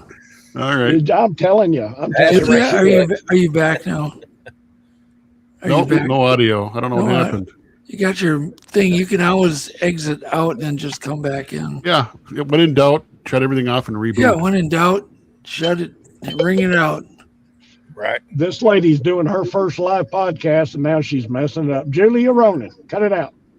I know because she's locked up. She is amazing. And Dave knows this. Dave's been out with her. Well, you got to teach her how to car cast. Teach her how to do the car casting. Am I I'm back? going to do it. Yeah, you're back. Yeah, you're back. I'm going to do it. And but Julia, she's so on point. She notices so many things. Why is she laughing now? I don't know. She's on a different show. I don't know. She's watching Seinfeld. Yeah. Or 90 Day Fiance or something. She's watching an episode of Seinfeld. Are you there, Julia? But Julia took off. Again. Julia took off chasing this thing. And, like I said, she went up the hill, and it's about a 5-foot rise up this hill and then down the trail. Yeah. And she hit that so quick. I just set my phone down on this log that, she was on one end of it and I was on the other. I just set my phone down, man. I grabbed my shotgun and it scared the crap out of her. But, off she went, and she has no fear. And I finally got ahead of her, and I told her, Julia, just hold on, let me get ahead of you. I carry my 12-gauge shotgun because, you just never know if things go bad. We're not out there to shoot these things, and that's for sure, everybody. Matt, are you drinking Red Bull? No, I'm actually. Y'all check it out. It's a Squatch in Florida. This is my team right here. Oh yeah, it's got a lot of caffeine in it. I am not gonna divulge what is in this can, y'all. Yeah. I'm not gonna do it. Cops do drive-bys around here. Okay, all right. We got but I want to do one thing. I want to play some of the sounds real quick. Please and then do, we're gonna get back to Dave here, and you guys can hang out, but we got to talk to Dave. But go ahead, Jeff. Play some of these I've sounds. David made a compilation of a bunch of them. Yeah, we'll send it. Pretty well done. So let me pull that out. Play it. Thank you, David. Here we go. It's David Ellis did this. David Ellis.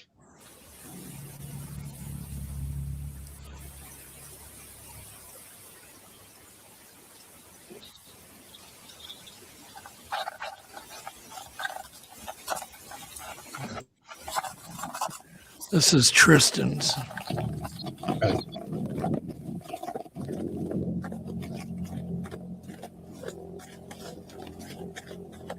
So whatever it's eating is making this humming sound.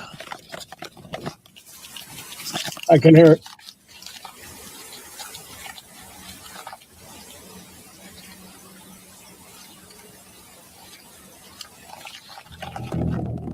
Oh, there it is. Yeah, you can hear it.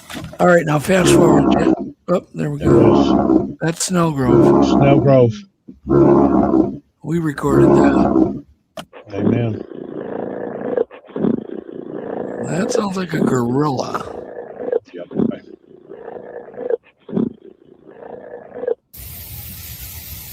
That's throat. Karl.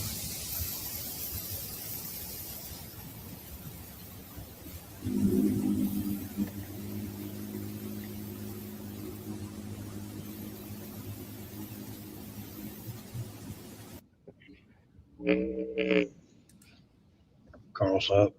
Yep, Karl's. Recorded in Texas. Sir. Play that again. Holy camoly, that's a capture. Didn't it?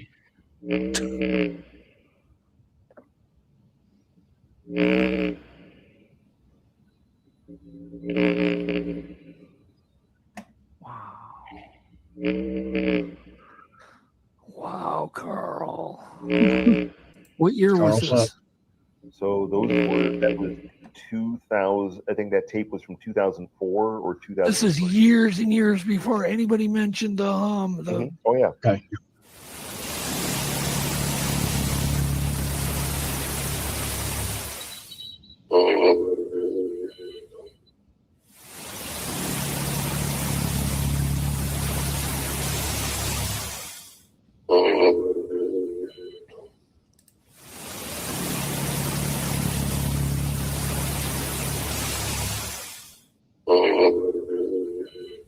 Tristan's.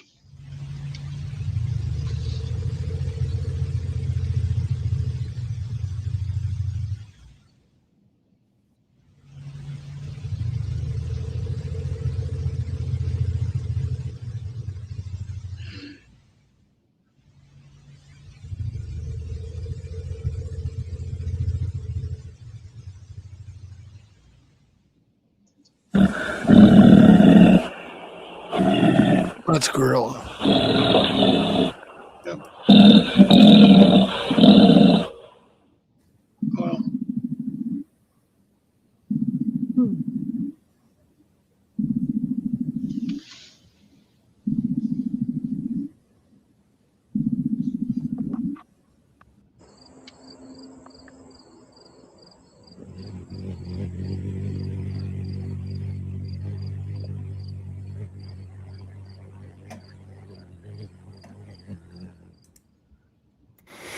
Yeah, it's a pretty good compilation of a bunch of them.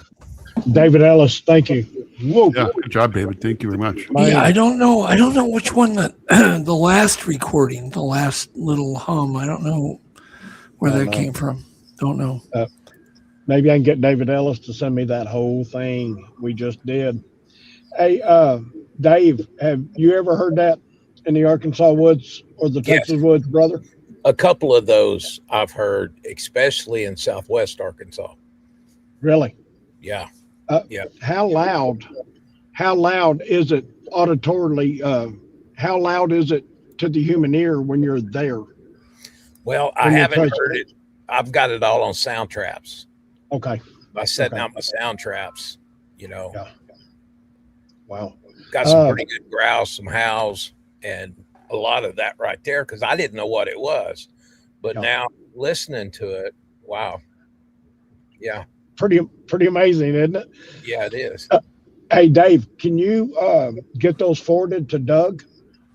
And Doug, maybe you can loop those in for me? Yeah, Dave. I think Dave sent it to me, I believe. Oh, amen. Thank you, Dave. Julia, you want to play those in the woods? Let's go. Sure. Let's go. I'm not lying. Thank you, Dave. Yeah, no, we'll definitely, because that's kind of the deal. I sent these sounds, Doug, as you know, to Mike Aguilar in Florida, Wisconsin, Florida, with our team. And Mike's going to play these in the woods in Florida. Snellgrove's out of Canada. We got North Texas. We got Arkansas. You said yours were out of Southwest Arkansas, Dave? Yeah. Okay. That's my main area there. Yeah, I know Mike's in the chat. And well, Mike can get these played in Florida because we're all looking for a commonality. Everybody has done so much over the decades. The commonalities have been known, and this is what I've learned personally. The commonalities that everybody performs, it's repetitive. And now we're coming up with this. It's just another innovative way of trying to get a response or an action. Me and Julia on multiple occasions now have had reactions. And last weekend, she'll tell you, guns were drawn. It was spooky. Yeah. She about scared the crap out of me, y'all. And we did. We combed those woods. And did you mention the bone pile? The bones. No, I haven't got to the bones. Okay, sorry, because I'm not trying That's to jump okay. in off on this podcast for you, sister. No, We've you're had okay. significant finds here in Central Texas, and we're less than an hour from San Angelo here, and this is kind of Dave. This is where the oasis, if you're familiar with Central Texas, Yeah. the San Angelo area, the Abilene, back that everything going all the way to the coast from here, all the way out to Florida. This is where the oasis out of the desert starts, is right here. And we've got underground aquifers. We got 2 of them, buddy. We got 2 of them. This is clear, clean water. And I've said it, you can take a red Solo cup. Julia will tell you, this is crystal clear water. Get a red Solo cup and go after it, because it's good stuff. Mm-hmm. And these aquifers have been running for tens of thousands of years.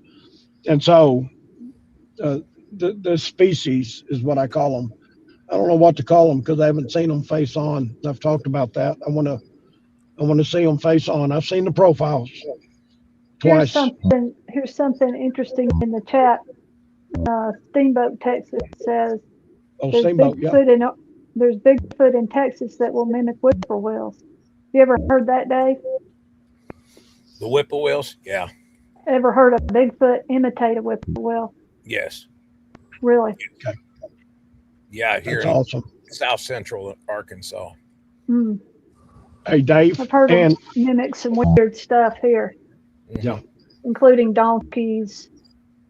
And Dave, I've had them. I had one I felt like was trying to bait me in out here west of this reservoir where I live.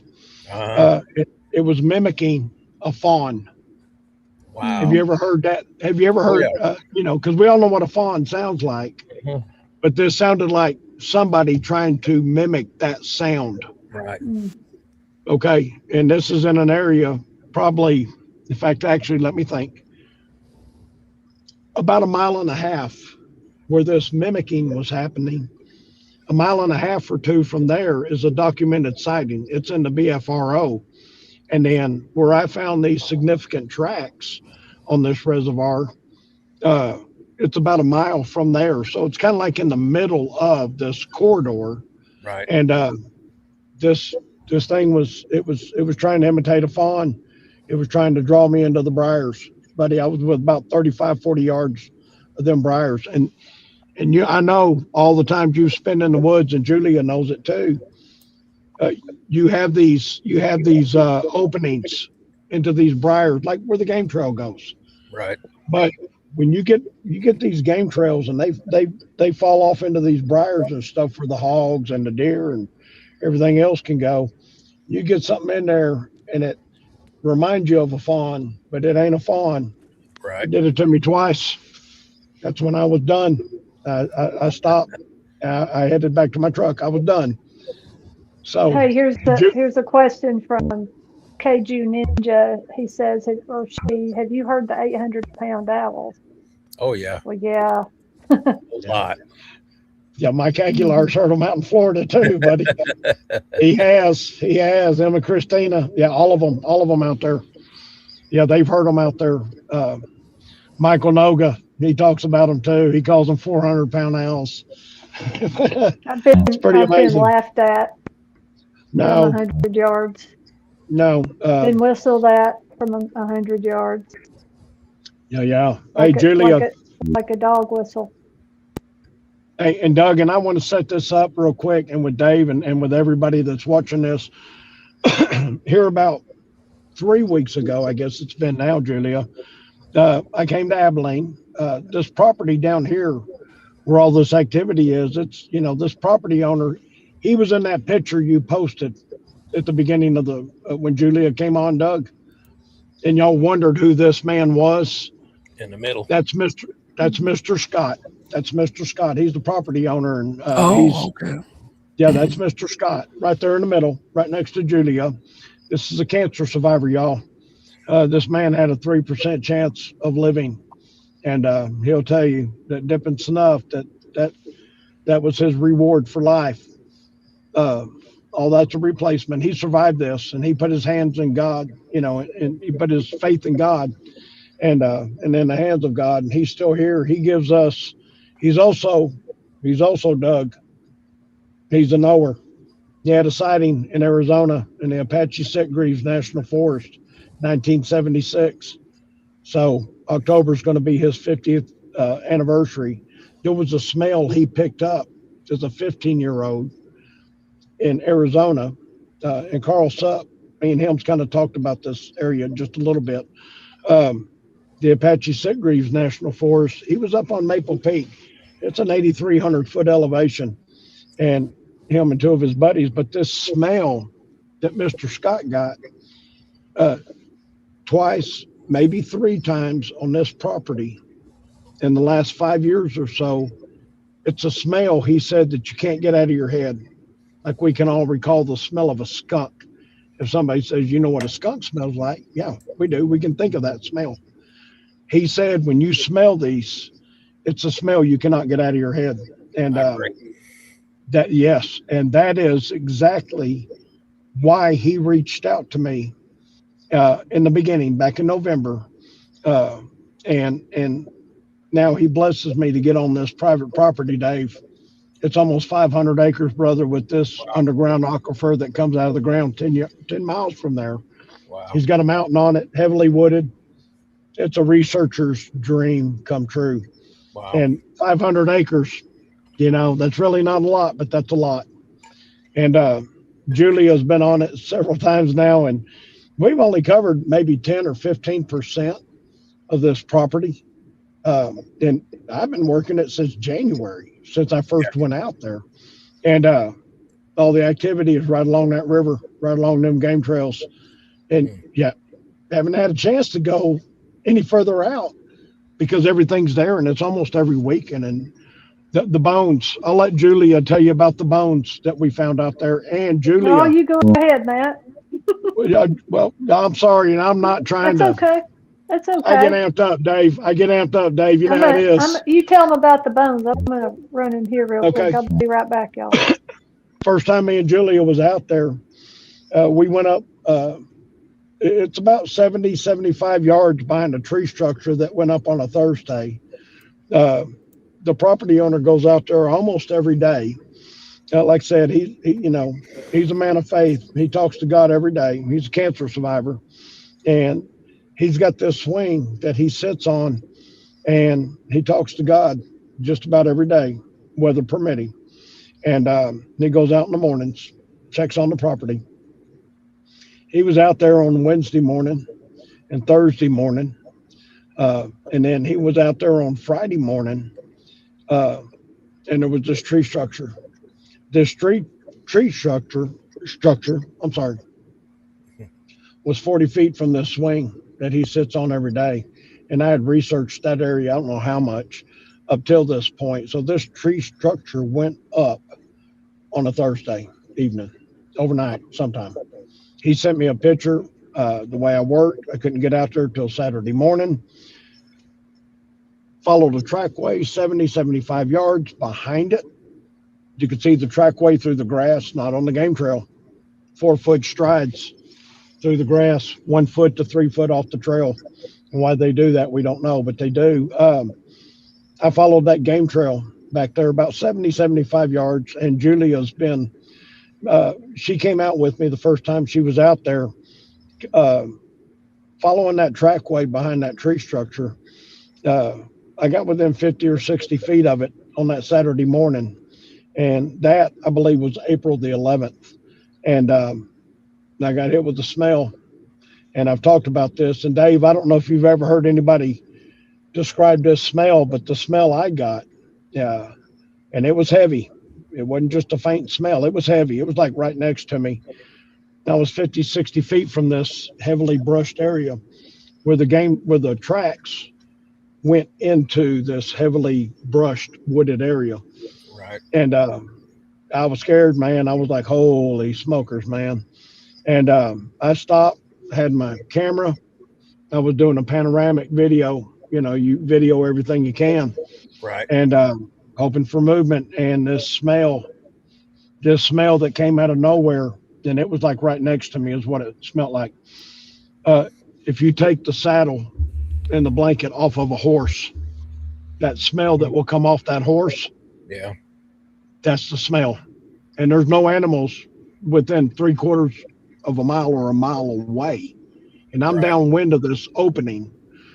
And it's another whole story, but I'm in very strong belief that I have a female and a young one.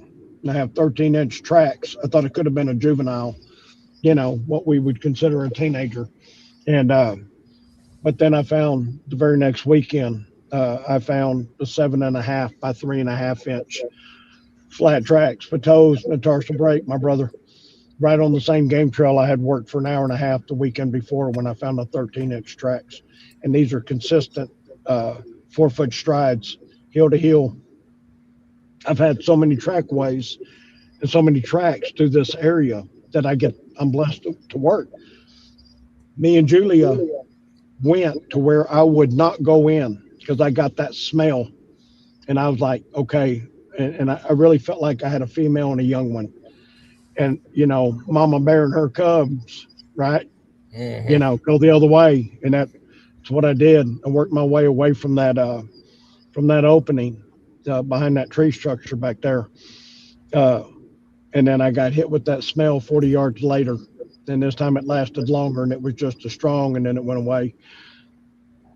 Julia, the first time she come out there, I wasn't going into that area without somebody, period, ever. And Julia went, and me and her went in there, and we found a bone pile, and we had a skull, 10-point buck. It's a pretty good sized deer. And that skeleton, it was broke up pretty good. And we got documentation. We documented the whole thing. On top of that skeleton, this bleached out 10-point buck skeleton, we had a half-grown deer. Can you hear Matt? me? Yeah. Yes. Sorry, I had my mic off. Have you seen any radial breaks where they're twisted? The bones have been twisted. Yes. So here we go. Julia sent you some pictures, Jeff. Julia, dadgummit, you need to come on. Start talking. Okay. We had a small We deer. found a bunch of bones. Matt, we're gonna award Matt his own show here, his own podcast. We're gonna call it Matt in the Truck. I'm telling you, Matt in the Truck. I'm sorry, I get so amped up, y'all. I'm so sorry. No, it's okay. It's okay. But we do want to talk to Dave here soon. But have you found radial breaks where they've been twisted, the bones, Julia? Yeah. Radial, I don't know, but they were definitely broken in a bunch of them. Okay. So we started away from the bone pile down this game trail. We started finding all kinds of bones. So then we started looking for broken bones that had been snapped. Right. Maybe twisted. Who can tell? They weren't. Actually, Well, you there can might have been a radial break because one side's longer than the other. They'll get a little more afraid at the end if they're twisted. Yeah. So they weren't a straight horizontal snap at all. Yeah. So could have been, but something was definitely breaking the bones and taking the marrow out. So Very that's interesting. Yeah, pretty interesting. All right. We're gonna say goodbye to Julia and Matt. Bye. We're gonna boot you guys off. We love you both. Thank you for joining. And we'll get you back. And Matt's going to have his own show on the Untold Radio Network very soon. He can do it. You think I'm joking, don't you, Matt? You'll find out. Okay. You reach on out to me, buddy. I think we should. But you know what? What? Me and Julia, if you ever do decide to get Julia back on the show and you want to drag me along too, man, me and her can go at it all day, all night with you guys, man. All right. Yes, sir. Consider thank it done. You, everybody. All right. Good night. Thanks, Good night. Thank you. Julia. Good Bye. night, Matt. Thank you. Y'all. Bye, Dave. Bye. That was supposed to be a 5-minute thing. Holy moly. It was good to see them both. Oh, that's all right. I love listening to other researchers and what. Yeah, no, Matt's awesome. And he's the most enthusiastic researcher I've ever met. And I always tease him. He's drinking too much damn Red Bull. It's like, lay off that stuff, man. Anyhow, okay. Crazy side by side. It's got thermal on both sides, and he's got 2 iPads sitting on the dash, so he can just ride through the woods and have that thermal on both sides and see it on his dash. Julie's got one in hers, but it's remote control, and she'll put it on top of her Jeep and then drive around. And it's crystal clear. She spent the big bucks to get that. It's on my wish list. Very interesting. All right. So one thing I wanted to talk about last time you were on, we don't have to talk about it forever, but you have, obviously you're a religious man. And do you want to just expound on that and some of your faith and how it relates to the Bigfoot mystery? Sure. Well, I was raised in church. My grandmother was holiness. So, they were pew jumpers and all that. And Dad was always Assembly of God. Mom was more of a Baptist girl. And so I had a religious, I heard the stories, of Jesus and in Sunday school and stuff. And and I seen the power of, the Holy Spirit. In my grandmother's church, they were kind of old school. They would get in when they come into church. They'd get in there 2 hours early, pile up in the altars and pray and intercede. And by the time the pastor got up there, man, you could feel the spirit in that church. I seen one girl grow an eye back that had no eye in that church. I seen one guy who had like a 6-inch platform on one of his shoes because his legs weren't the same length, and they'd wear them platform shoes back in the day. And I saw that man's leg grow back to perfect. Wow. Just demonstrations of the Spirit. When people really, when they really put everything aside and really go after God, that's when things really begin to happen. And you'll see it in the supernatural. I've seen the supernatural of evil, and I've seen the supernatural of God. The power of the Holy Spirit. It's pretty crazy. But I once I got old enough, I just blazed my own trail. Became my own God. The master of my universe, and been through a lot. It kind of, it's a long story, but it's just a phenomenal supernatural testimony of how God brought me into him to be a part of him. And I was invited, and I haven't looked back since. It's been a real hard road, that's for sure. When people really go after God and God really puts an anointing on that person, you get a big target on you, and some people are jealous of that anointing that you have. And everybody wants that anointing. Everybody want to be able to do great things for God, but they're not willing to put in the time to, time studying the word, time in prayer, fasting. They don't want to put in all the work, but they want the anointing. They want the spotlight. And, it took me, I guess, 4 years and just really studying the scriptures and stuff before I become a pastor. And now I've pastored a few churches. The last one was here in my town, about 8.5 years. And I had to resign after my wife took off. But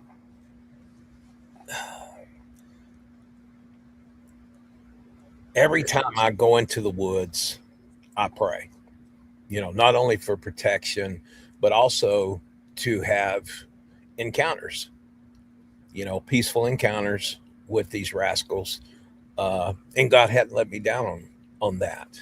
Now, the $1 million question, where do these things come from? How does all this tie in? And I'm working on stuff that I'm going to put in a book.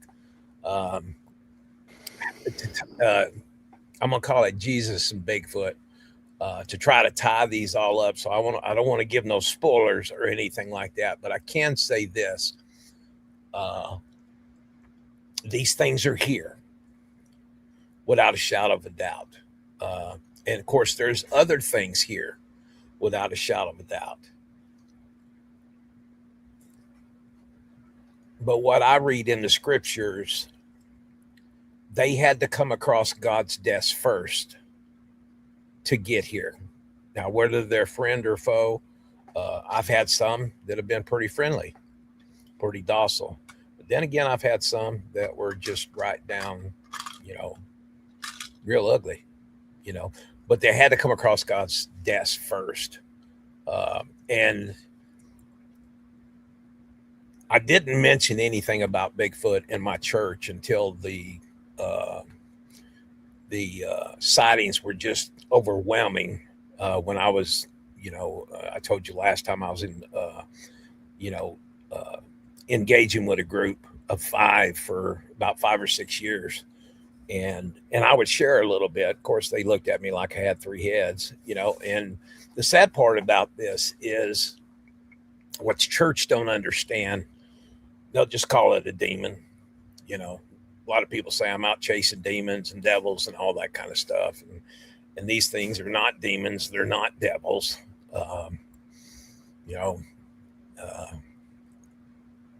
So I think it really scares the church about things that are unknown. I was preaching at a church one time, and they were really looking at me to be their pastor. And I was asked a question by a young man after church one day. And he said, how many cryptids are there out there? And I just told him some that I have encountered myself personally. So I started going down the list, and when I got to Skinwalker, the kid started this is a young kid in the church, and they were fascinated about Bigfoot. But he asked me what is a Skinwalker. And so I just explained to him the short version of what I've experienced, but also what a Skinwalker is. And then I was supposed to get back on the schedule, and they never called me back. And I'm like, so I sent him a text, and I'm gonna put this in my book, but they put in a text that they didn't want me coming back to their church because I'm teaching their kids about mythical things and demons and mantras and all this kind of stuff. But I'm going to quote them verbatim in the book. And all I did was simply answer the kids' question. I wasn't teaching them nothing. They asked me a question. I told them the truth because I ain't got nothing to lie about. But when I started going into this, this Bigfoot arena, people started, I'm not shy about my faith. I'll tell anybody about Jesus. There's only one way, and that's through what I find in the Word. Jesus says, I'm the way, the truth, the light. Nobody comes to the Father except through me. That's what I read in the Bible. So that's what I believe, and I stand by. And it's kind of funny when I didn't really put the two together. Other people saw it, like Kay, she saw it right off the bat. But some of these places that I've been speaking at said, hey, you're a preacher. Why don't you just stay and we'll just tell people we're going to have a church service here the next day. And you just get up there and preach. So that started giving me opportunities to be able to speak to the Bigfoot community and also, the paranormal community, which God loves all people. You know, God, I've got a shirt that says God loves Bigfoot people too. And so it's given me a bigger platform because I'm going to share, you know, some of my encounters and stuff, but I'm going to tie Christ in there and weave it into my stories. Not only are they going to hear about Bigfoot, but they're going to hear about Jesus Christ itself, because that's what God's called me to be, you know, is to go into all the world, preach the gospel to all creatures. And I find that very interesting that, you know, the Bible mentions, King James Version Bible says, go into all the world and preach to all creatures. And I've got a big study on that that's going to be in the book. And I floored some people in the last church I preached at, you know, because they had it on their wall going out the door, or out on the doors going out of the church. And so I brought that verse up and told them, you know, look, you've even got it on here. God said, go preach to all creatures. And if you study that and take it all the way back to the Greek and Aramaic and the Hebrew, creatures, I'm trying to remember off the top of my head. I've got it all wrote down in my studies to go in that book, my research to go in that book. But it's some translations say that it's non-humans, that the creature part is non-humans. And it was kind of like a light bulb that went off, you know? And so, you know, call me crazy, but these encounters that I've had, you know, in the last 10 years, I talked to these creatures about Bigfoot. I've never told that publicly. So yes, I am frigging crazy. So I just put that out there. You know, I tell them about Jesus. Has any of them, you know, accepted Jesus Christ their Lord and Savior? No, not yet. But, you know, I have talked to them about my faith. I find it a great opportunity, not only to, you know, talk to these creatures, or these rascals, but also to be able to talk to the communities and stuff, because I don't hear a whole lot of Jesus at the Bigfoot conventions or the paranormal conventions or the UFO conventions. You know, there's not a whole lot of Jesus being preached there. So I think back when my first encounter at 12 and all the encounters that God has allowed me to be able to have these encounters and have Jesus and go into this area, which needs to be evangelized, but yet nobody's going in there. And it's a wide open door, you know. It's kind of a new concept to go out in the woods and do that. I mean, I've never heard of anybody else doing that. Well, I'm kind of unique and kind of crazy. So if people didn't know I was crazy, now they know for sure. Well, yeah, of course. But, you know, he says go and preach to all creatures. So go in the world and preach to all creatures. So it doesn't matter. Have you had any responses, Dave? Curious looks, you know, the tilt of the head when I start talking to Jesus. Now, there was a dogman encounter here in Arkansas, and I actually backed him off by using the name of Christ. That one kind of really scared me.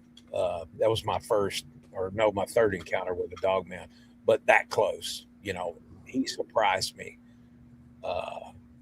I mean, he just come out of nowhere, and there he was. And it's kind of like he just stepped in and bam, there he was. You know, I was in big, tall grass, kind of like a thicket that had been clear cut. And then they didn't go back in there and plant pine trees, but it had growed up. And I'm walking through grass about like that. And then bam, there he is, probably 30, 40 yards from me, you know. Looked like he had a dang smile on his face, you know, but he really scared me, you know, because every encounter that I've had with a dog man hasn't been that pleasant. But this one I backed off by using the name of Jesus. You know, I said, hey, in the name of Jesus, you got to go the other way, pal.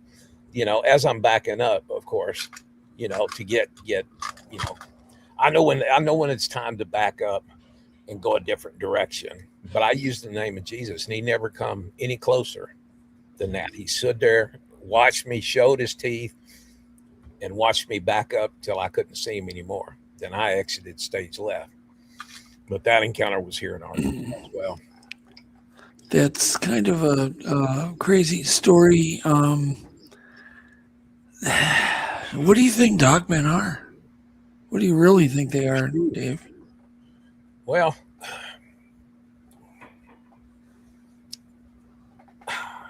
tell us what you really think. I really think that a dog man, it can only be two things: either a bad experience or a bad experiment that went real bad. There has been, in our history, not only in our country but other countries as well, trying to build a super soldier. So it has to be. My theory is they're either an experiment gone bad or they're straight up demonic. Okay. Probably lean more to the demonic side than a bad experience, but they are multiplying. And here's the deal, guys. So do you think there's a religious reason? I mean, Christianity in general is under a great attack right now. All over the world, all over Europe, all over the U.S. Right. It's not popular to be a Christian anymore, and it'll continue to get worse. I've had some enemies in my past before Christ, but I have more enemies in the church world than I ever had in the free world, and that's sad. That's really sad. Persecution, and it's not like it is overseas. They're not cutting your head off or anything like that, but they'll do everything they can to destroy you. I'm talking about, King David said, it's people that I had sweet fellowship with. We were in the house of God together, and it's amazing how fast they'll turn on you. It's crazy. And I got hundreds of stories like that. So I'd rather be out in the woods with 10 or 12 Bigfoots than be in the church house. No, but so Mike, I'm not sure if I made my question clear enough.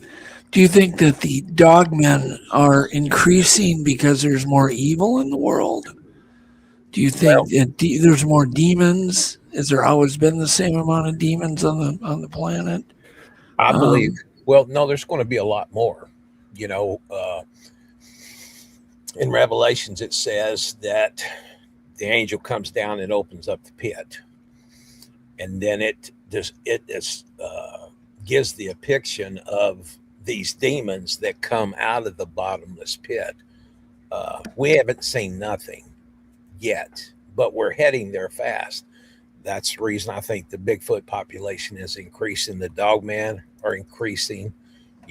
Reptilians, the Wendigos, all of these things are increasing, and we're going to see a lot more. It even says in the Bible that, I don't know the exact scripture, but it says in the end times, there will be more people killed. The killed by beasts will increase, and just, keeping up with what's going on in my state of Arkansas, the increase of bear attacks here in Arkansas. It's been 4 or 5 people, so-called bear attacks that have killed people. We didn't heard nothing about bears killing people here in the state of Arkansas. And then all of a sudden it's back to back. All of a sudden you got all these alligator attacks. Now you have, people getting killed all over the world by these bears. If in fact there are bears, because you have to remember the government's telling us that it was a bear attack. When some of them, you read the evidence, it wasn't no bear. Wasn't no bear at all. So you think that it's demons that are either taking on the shape like a bear or leave marks similar to a bear, so the authorities blame it on a bear? Well, yeah, it could leave marks like a bear, but can a demonic entity possess an animal. Absolutely. We see the account in with Jesus and the demons that he sent into the herd of pigs. And then they all ran. There's like 2,000 of them. He casted out legion because we are many. And the dude got healed, but also, he cast them into all them swine, which was very unclean. But, and they ran down the hill and committed suicide. So can, even like Diablo, is the Spanish name for the devil. How many bulls? I mean, I used to be into bull riding a long time ago when I was a kid. But, how many bulls, some of the most dangerous bulls that I ever run into were named Diablo. So I know that a demonic entity can house themselves into an animal. It's even written in the Bible. Greg Olson put up a comment. Can you see that? It says the word in Revelation is, how would you pronounce that? Therion? Therion, yeah. And is not a natural animal, or not natural animals. Right. I've never heard that term. I don't know why. Mm-mm. But the Bible is a very complicated, but yet very simple book, if you know what I mean. Well, the Bible was inspired by God through the Holy Spirit. And to understand the Bible correctly, you have to have the Spirit of God living inside you. Because when I got saved, January 16, 2000 is when my conversion took place. I couldn't hardly read. I was pretty illiterate, and the Holy Spirit helped me to be able to read the Bible. I still have a problem with the big words that are that long, and some of the names, I always ask God, what were you thinking? It's like my grandpa, he was named Rufus Erastus Rogers. And I always thanked my dad for not naming me after my grandfather. But yet when I was in seminary up in Little Rock, they told me to find two characters in the book of Acts and write a paper on both of them. Well, guess what names I found? Rufus and Erastus. Rufus was the son of Simeon who carried Jesus's cross. What a testimony he would have. So two very, very powerful names. So if you want to understand the Bible, you got to get full of the Holy Ghost, because the Holy Ghost will give you the discernment to be able to, because it's a spiritual book. And without the Spirit, you're not going to have the discernment. Because when I first picked up the Bible, even when I was out there blazing my own trail, every once in a while I'd pick up the Bible and I would look into it. And it's like, I don't understand this, but God come in and help me understand it through the power of the Holy Spirit. So where do you think all of this dogman, people seeing strange winged creature that look like demons, other things, rakes and so on. I'm going to have a group of people that saw a rake that actually attacked them on soon. Yeah, they're pretty nasty critters. So they're hard to kill. So, but can you explain where is this all going to lead to based on what the Bible says? It's going to lead into, the Bible talks about a lot of stuff. And, it says, like, when these creatures come out of the bottomless pit, they're going to have a sting of a scorpion.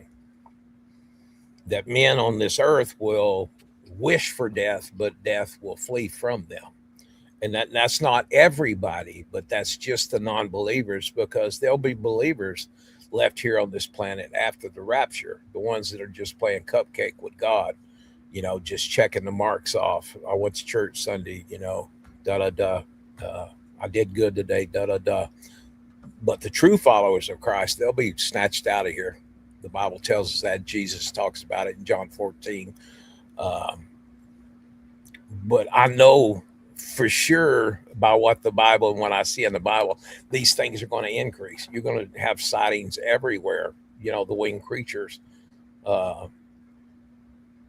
It's just what we're seeing right now is just the tip of the iceberg. There's a lot remaining under the water. But you know what's so crazy, Dave? Is darn well that whatever we hear is just a tiny tip of the iceberg. Oh, yeah. And how many dogmen are sighted, how many Bigfoots are sighted, or, Mothmen, rakes. People don't talk about it. Maybe a few more people are now, but generally there's a lot going on. Somebody had mentioned, it was Greg, the veil is thinning. Yeah. Do you agree with that? The veil is thinning? Oh, heck yeah. The veil's being lifted. Do you think CERN has anything to do with some of this stuff? Because they were definitely practicing satanic. Absolutely. I mean, have you looked at some of the videos that they released of the satanic rituals that they would have? Yeah, it's crazy. And they're totally out in the open with it, which is what's so crazy. Statue that sits out in front of CERN, I've never seen evil be so brazen as it is today. Yeah, it's crazy. It's like everybody's coming out of the closet, and everywhere we look, there is evil, even in our country, it's so much worse than people think. I mean, the drug problem in our major cities right now is just people look like zombies. Yeah. I never thought I would ever see the stuff that I'm seeing. I'm seeing them releasing murderers.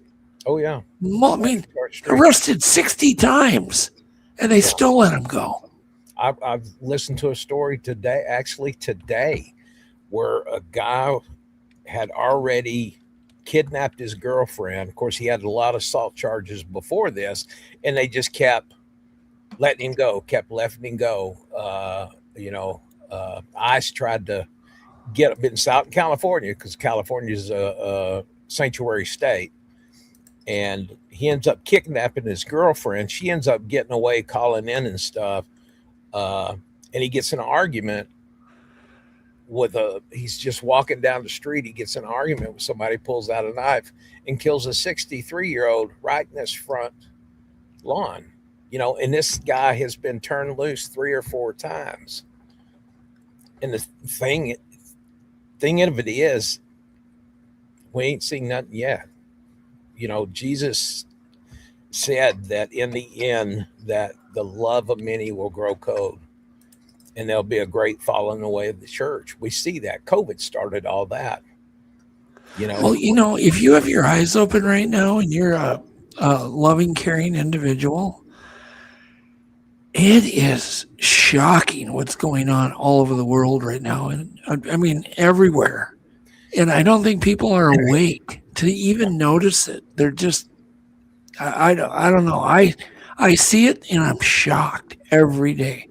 Shocked, going, this cannot be happening.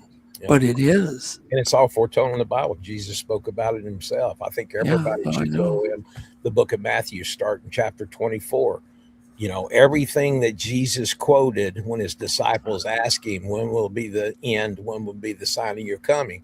It's happening now. The wars and rumors of wars, the earthquakes that we're having now is. But it's like people are being possessed all over the world. It's just it's really getting weird. Yeah. And I try to ignore it. I mean, I can't drive myself crazy. I've got kids and I've got, you gotta stay positive, and there's only so much I can do to make the world better. But, it's so shocking now. I never could have imagined the violence I'm witnessing now and the horrible stuff. And I do wonder if all of these strange creatures we're seeing are a result. I can believe that. I just even the earth is travailing right now. Oh Ring yeah, of yeah, Fire- yeah, The yeah. Ring of Fire, where most of the volcanoes are on the planet, is popping off left and right now. That Well, the earthquake earthquakes that and they the had floods and in the Indonesia, we just had one 7.7, 7.1. Yeah. And the same guy that predicted that said California is fixing to get hit. I've had over 200 earthquakes, small tremors in California in a very short time.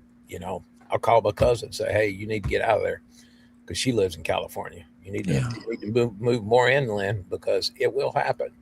Well, how should people deal with the helplessness that we all feel when we watch the local news, when you go on Instagram and you can't go a second without seeing a brawl, a fight, a group of kids breaking into a store doing the unthinkable. Right. It's like it's so out of control right now, and there's no repercussions. Where I go, but what do we do to keep our sanity? Well, once the rapture of the church takes place, and the solid Christians, the 5 virgins that were ready, will be taken up and out of this world. But also this restrainer will go as well. Now, once that happens, you ain't seen nothing compared to what it's going to be after that. And I believe it's going to be a domino effect. All the alliances that I see happening, there's just a couple of more, Trump going in and doing what he's doing to Persia, which you would call modern day Iran. It's all foretold in the Bible. And if there's just one more, you better keep your eye on Turkey. If Turkey joins the coalition with Russia and China, it's almost over. And it'll be the beginning of, Damascus has to be destroyed, never rise again, which Damascus is live and well. It's never been destroyed, which I think will be a nuke. Will there be nukes on it? Yeah, it tells us in the Bible. Several places of nuclear warfare in the Bible, and it's all coming. It's all played out in the Bible. And when you people as Christians have to watch what goes in here and what goes in here. When I get to where I can't bear it anymore, I always run to the Psalms. And I don't know how many times in my Christian walk over 26 and a half years, I've run to the book of Psalms. There's so many promises in God's word for Christians, not the cupcake ones, but the real true believers that are on this planet, which are many. I believe the only thing is keeping this planet from imploding is the prayers of the saints right now. But once they're taken out, then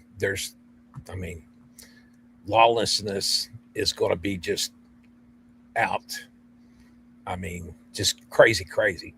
I believe there'll even be a civil war here in America. I know America will get nuked. Yeah, it's just a matter of time. Nothing would shock me at this point. Can you look at the comment on the screen, Dave? It says, what about all the other good people on earth that aren't Christian, but that have love in their heart and treat people with love and respect? Are they doomed? This is where you lose me. And that's from Flat Rockland. Well, what are your thoughts on that? There's a lot of religions out there, and people say there's a lot of paths to God. Muslims say it's Allah. You got these gods over here. I think like in Hindu, there's over 200, 500 different gods in their religion. Buddha, Muhammad, all these people here that started these religions are all dead in a box. You can go to their, most of them, you can go to their graves where they're buried, but there's no tomb. There's no box for Jesus. Now, the Bible, and a lot of people can't handle this, but I'm gonna get you right down to the nut cutting. Jesus drew a line in the sand. just the verse that I quoted earlier.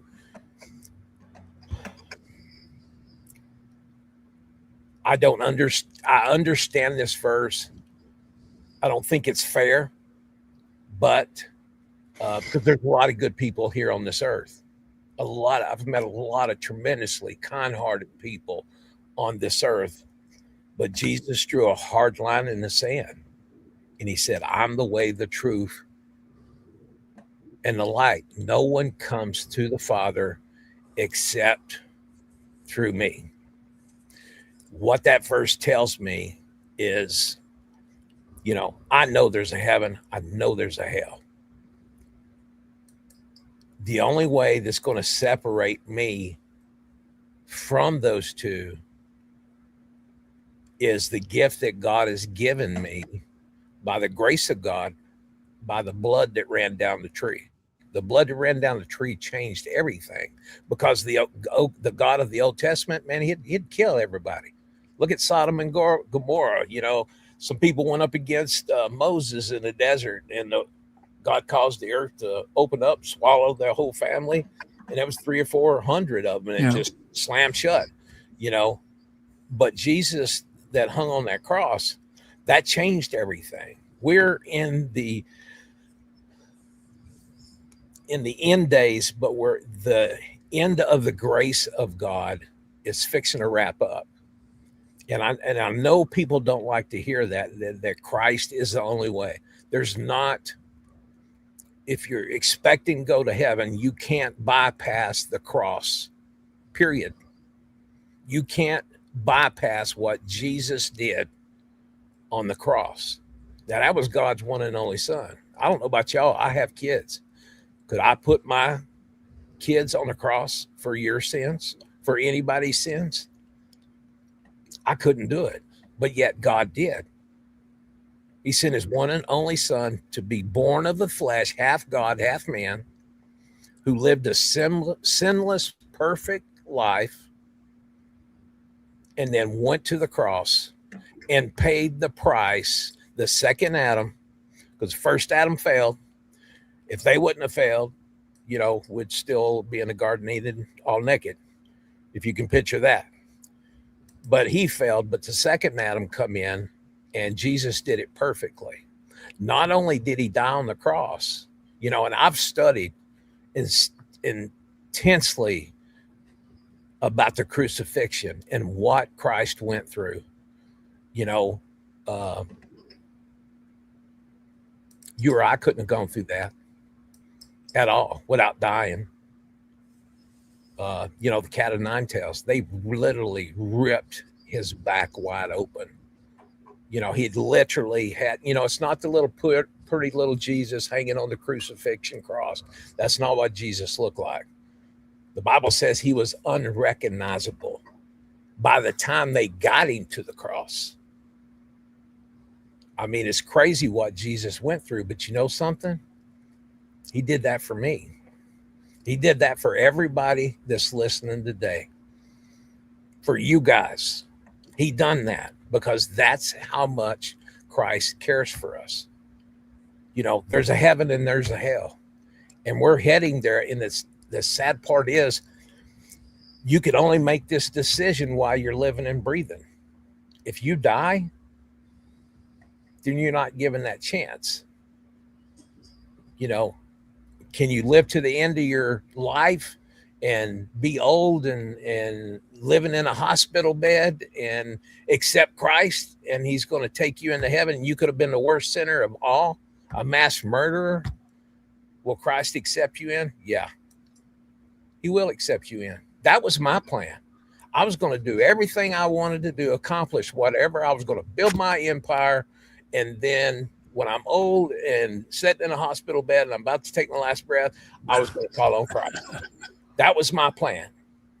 But that wasn't God's plan.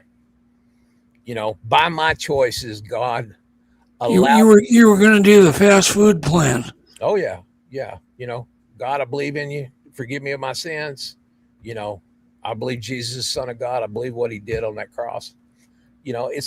People make it complicated to get saved. They really do. to accept Jesus Christ as your Lord and Savior. And it don't have to be. It's not complicated. You don't have to say a fancy prayer or anything like that. Look at the thief on the cross. You know, first that thief, both of them were, you know, badgering Jesus, mocking Jesus. But yet one of the thieves said at the last minute, he's like, you know, hey, Jesus, remember me when you come into your kingdom. And Jesus turned and looked at him and said, this day you too will be in paradise. The guy got saved on the cross right before he died. My heart is that more people in the Bigfoot community and the paranormal world will come to know Christ through what God's opening up for me. What better person who has the love of Christ and is a true born again, blood bought soldier of God? Now, am I perfect? Oh, heck no. You know, I fall short in many, many ways, but I live a repented life. And I keep, no matter how many times I fall, I get up, knock the dust off, and I keep going. No matter how many times people knock me down, I get up, I knock the dust off myself, and I keep moving forward. See, that's where God's mercy comes in. You know, we're all going to fall short of the glory of God. The Bible tells us that. So, but we keep moving forward in him because that's what God called us to do. When he said, go ye into all the world, that wasn't a suggestion. That's a commandment. And you might not be called to be behind a pulpit, not even in the spotlight. God may call you to give money. God may call you to sing. God may call you to do Christian movies. God may cause you to be just a voice crying in the wilderness. God may call you to just be a light in influence for Christ in your area of the people around you. It could be you need to be the light in the workplace. I tell everybody about Jesus. You come in my shop, you can get some Jesus before you left here. You know, I pray, and this is a true story, Doug, Jeff, I pray for people to break down in my parking lot in front of my shop. And I can't tell you how many hundreds of people who have broke down, ran out of gas, had a flat tire in my parking lot in the last 12, 15 years. Hundreds, literally of hundreds. I'll get my jack, go out there with my 4-way, lift the car up, you know, change the tire for them. I'll be pouring gas in their deals, telling them about the love of Christ. And I tell them, you're not here by accident. This is a divine appointment. You need to hear about Jesus. And I'm not scared to tell people. You know, a lot of people hold back because they're so afraid of failing. And this is something you can't fail at. You know, I preached my first sermon in a maximum security prison in Las Cruces, New Mexico. You know, and all I knew out of the Bible was John 3:16 and Jesus wept, and I couldn't tell you where they were in the Bible.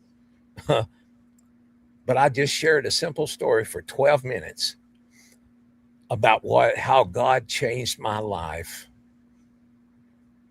and walked back, give the guy the mic, said, I'm done. He said, no, you need to go back out there and ask them if they want to meet this Christ. So I went back there. Any of y'all want to get saved? Come on down here. And God really humbled me that day because there was 75 men who stood up, tears flowing down their face, and made their way to the front to accept Jesus Christ into their life. Christ makes a difference in one's life. And that's how you can tell, because Jesus said, you'll know them by their fruits. That's what the Bible tells us. You'll know them by their fruits. A lot of people confess Christ and go on living like they always have. It's that true conversion, is that true, 180. I was going this direction. Now I'm going this direction. That's how I was. I couldn't help I was such an angry man. Violence was everything in my world. I was trained for violence. And that's the only thing I was ever good at, was hurting people. And I remember probably 2 weeks, 3 weeks after my conversion, I went down and I laid my fist on the altar. And I said, God, I have blood on my hands. You know that. And I don't ever want to have to lift these hands to hurt another human being ever again. And God has honored that. Have I come close? Yeah. It's real hard not to knock the crap out of somebody when they spit in your face when you're telling them about Christ. But here's the deal. Not everybody's going to get it. Jesus said that the way to heaven is a narrow path, a narrow road. But broad is the road that leads to destruction, and many find it. Narrow's the path, and only a few find it, which tells me there's going to be more people split the gates of hell wide open than there are going to go to heaven. And here's the deal. Here's the deal that'll answer a lot of questions. God doesn't send anybody to hell. It is our choice if we go up or we go down. It's my conscious choice to be able to follow Christ and do good in my life. All I have done is left a path of destruction in my life. My conversion is pretty much the same as Saul of Tarsus. Saul of Tarsus was killing people and thought he was doing God a favor. He had his road to Damascus experience. I've had my road to Damascus. Now, if you get saved, you have to be in church every Sunday. The Bible says, forsake not the gathering of the people. Do I believe you need to be tied in with a church family? Absolutely. I'm not there yet. I've got too much church hurt. So I've just backed off and become an evangelist instead of a pastor.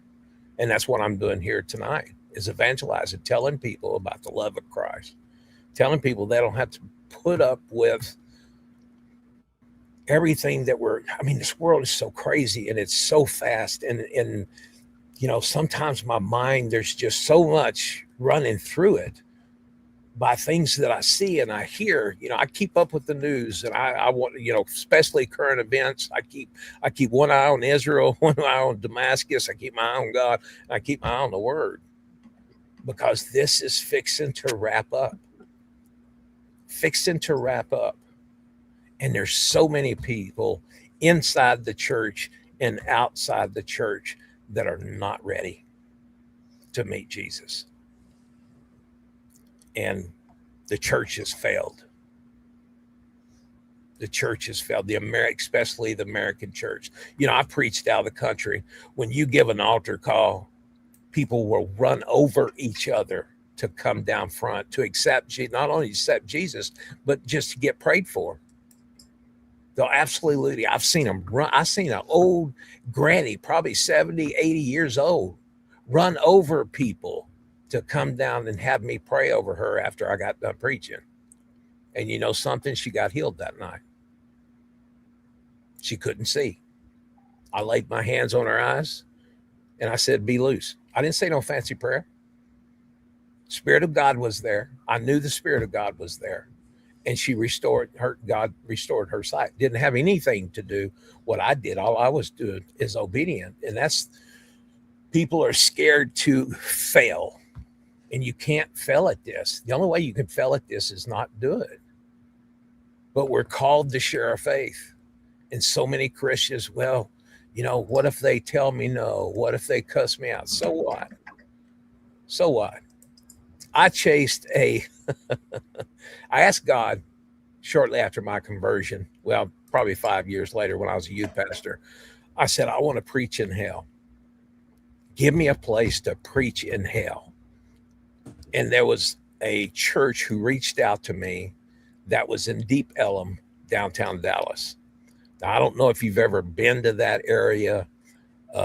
it is like bar after bar after bar after bar, voodoo shops, tattoo shops, you know, the worst of the worst. And they would start partying at 9 and it didn't end till 5 in the morning. I witnessed to a man who was cramming heroin in his arms, needle still hanging out of his arm. And I knelt down beside him. He was just right inside of an alley. I knelt down beside him. I said, man, I got so much that'll get you so much higher than that junk that you're putting in your arm. I said, God, you need Jesus. He could set you free from this addiction. He set me free of an addiction. I haven't done cocaine or methamphetamines over 26 and a half years. And I had a bad habit. I was somebody who had a lot of this stuff, but I broke a cardinal rule. I started getting high on my own supply. And it took me down a very, very dark road, especially the methamphetamines, you know, the meth monsters. I would see shadows, you know, the tree monkeys. Meth opens up your mind into a supernatural world that is not of God. And it's just poison, but there's a lot of sorcery in the meth. Sorcery and meth comes hand in hand. I've seen witch doctors hired to come in and curse pallets of cocaine before it was shipped to the United States, literally putting curses that it destroys every person, because if you get them high once, they're going to want some more. So now you got a customer. Then you got somebody locked in addiction that'll sell their grandmama to be able to get that next high, chasing that next high. There's a supernatural thing that goes with it as well, and it's not pleasant. You know, I think on the last interview, when I was dabbling into the synthetic church, and that woman went up the wall halfway across the ceiling. Her arms were beside her. You know, I've seen the power of darkness. Darkness does have power. I mean, look at the encounter of Jesus and the devil. You know, it said the devil took Satan, took Jesus up on the highest point of the temple. Then it took him up to a great mountain and showed him all the splendors of the world. He says, hey, if you'll bow down and worship me once, I'll give you all this. I'll give you all this. Now, Satan couldn't give Jesus nothing if he didn't own it. And Satan has taken Jesus here and over here, just like that. Now, whether they slid through some portals or anything like that, I don't know. That's up for debate. But the enemy has power. The enemy has reign over this earth. He knows that his time is short. That's why you're seeing all these fussing and fighting, especially from Republicans and Democrats. You know, there's a line that's been drawn into the United States, and we're safe right now. But if the other party gets in there, we'll be ruined. We'll be ruined, because there is a spiritual battle that's been hidden for years, and now it's in our face. In our face. They hate the current president so much, and they won't do anything for the American people. You know, when the borders were open at one time, they were giving people $100,000 to come into the United States. The government was flying them in on all these planes, busting them in, busting them all over the United States. We all saw it on the news. A little bit of it. It wasn't reported like it should have been reported. I thought about going over there and get me a nice tan and saying, hey, I'm Tony Gonzalez. You know, give me my check, $100,000. Give me a house, give me Medicaid, give me all this stuff. Our country is in this world is being destroyed, and it's only going to get worse. But here's the deal. Our hope is not in this world. Our hope is only found in the blood that come down that cross. Our hope is found in over 5,600 or so promises in God's word that if we're a true follower of Christ, that we can claim for ourselves. You know, there's so much in God's word, and my relationship with God didn't really open up. I mean, I was saved. I had a lot of zeal, but no knowledge. But when I finally made a decision to start reading God's word, and the more I read his word, the more I learned. You know, a lot of Christians have no idea the authority that they have through that blood that ran down that tree. You know, Jesus said, you'll do these things and even greater than I have done. But how many sold out Christians do you have, or even that's around you? How many true Christians are there left on this planet? I don't see too many miracles here lately. It's time to stand up for the faith, no matter what happens. Will you be persecuted? Yeah.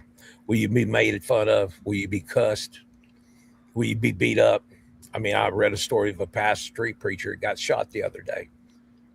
They just walked up to him and shot him for preaching the gospel. That's here in our country. I've seen street preachers get the snot beat out of him. Now, I'm a little different from most Christians, though. You hit me, I'm going to hit you back. I mean, I'm sorry. If you want to go outside and kick rocks, I'll open the door for you. Yeah. I can pray for healing afterwards. You know, I ain't scared to back up, not never none. But it's time that we stand up for our faith, because our time is limited. You know, Jude 22 and 23, this is the brother of Jesus, half brother of Jesus speaking. Have compassion on those who doubt, others snatched from the fire. Have compassion on those who doubt. Not everybody you encounter is going to believe.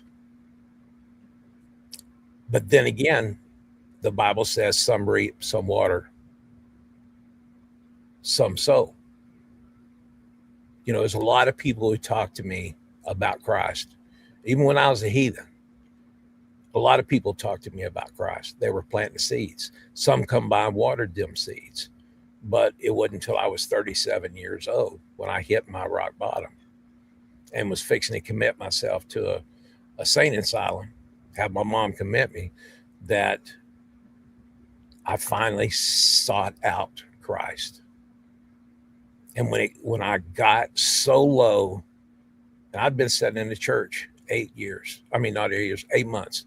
I've been sitting in the church 8 months, still lost as a goose in a snowstorm. I'd been up for 7 days shooting methamphetamines in my arm, and I come to the end. I said a little prayer and said, God, please forgive me. I'm fixing to meet you. Now, I've always carried a Glock, and my Glock has never, ever failed to fire before then or since then. I still have that gun, but yet it wouldn't fire that night. No matter how hard I pulled that trigger, it would not fire. But I turned around and pointed it to the wall and put 245 slugs through the wall. That, my friend, shook me to my core and brought me to my knees, because it was the first time I realized that there was something greater than me out there. Less than 3 weeks later, Jesus would come crashing into my life and totally change me.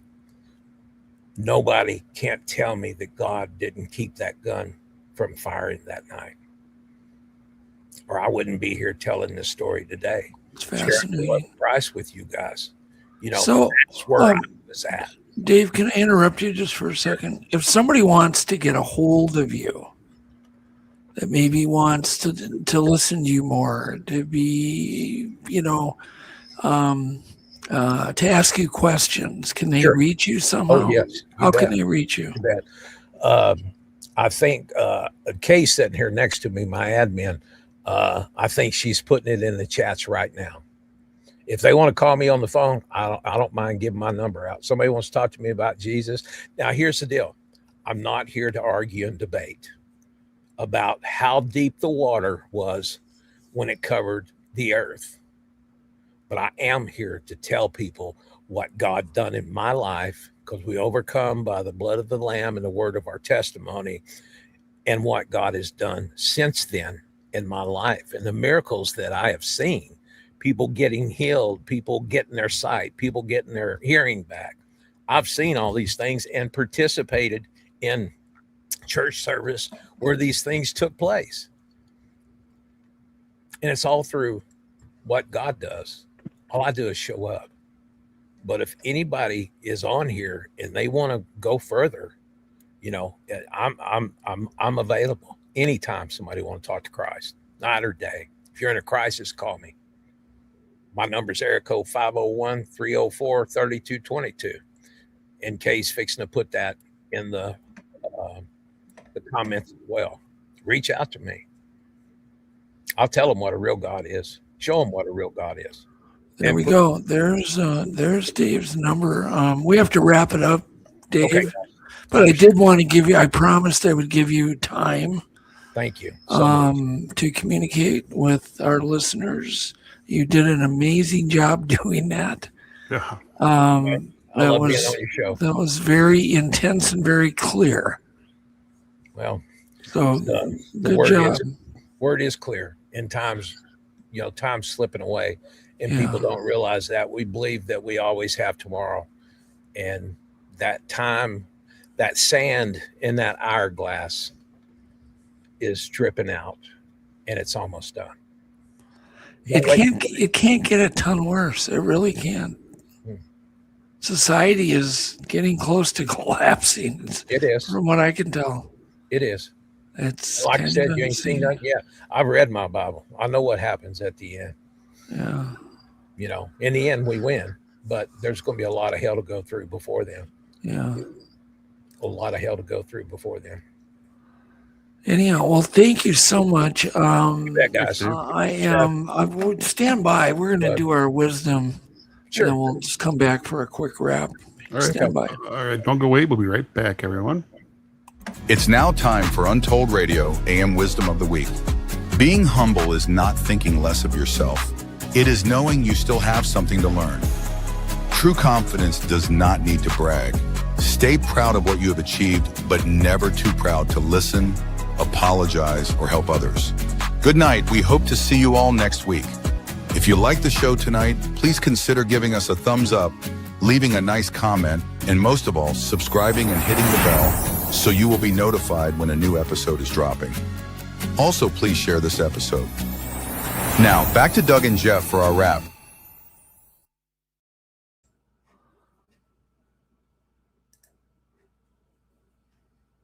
And there we are. It took a little while to get back to us, didn't it? Yeah, that fade, kind of a long fade.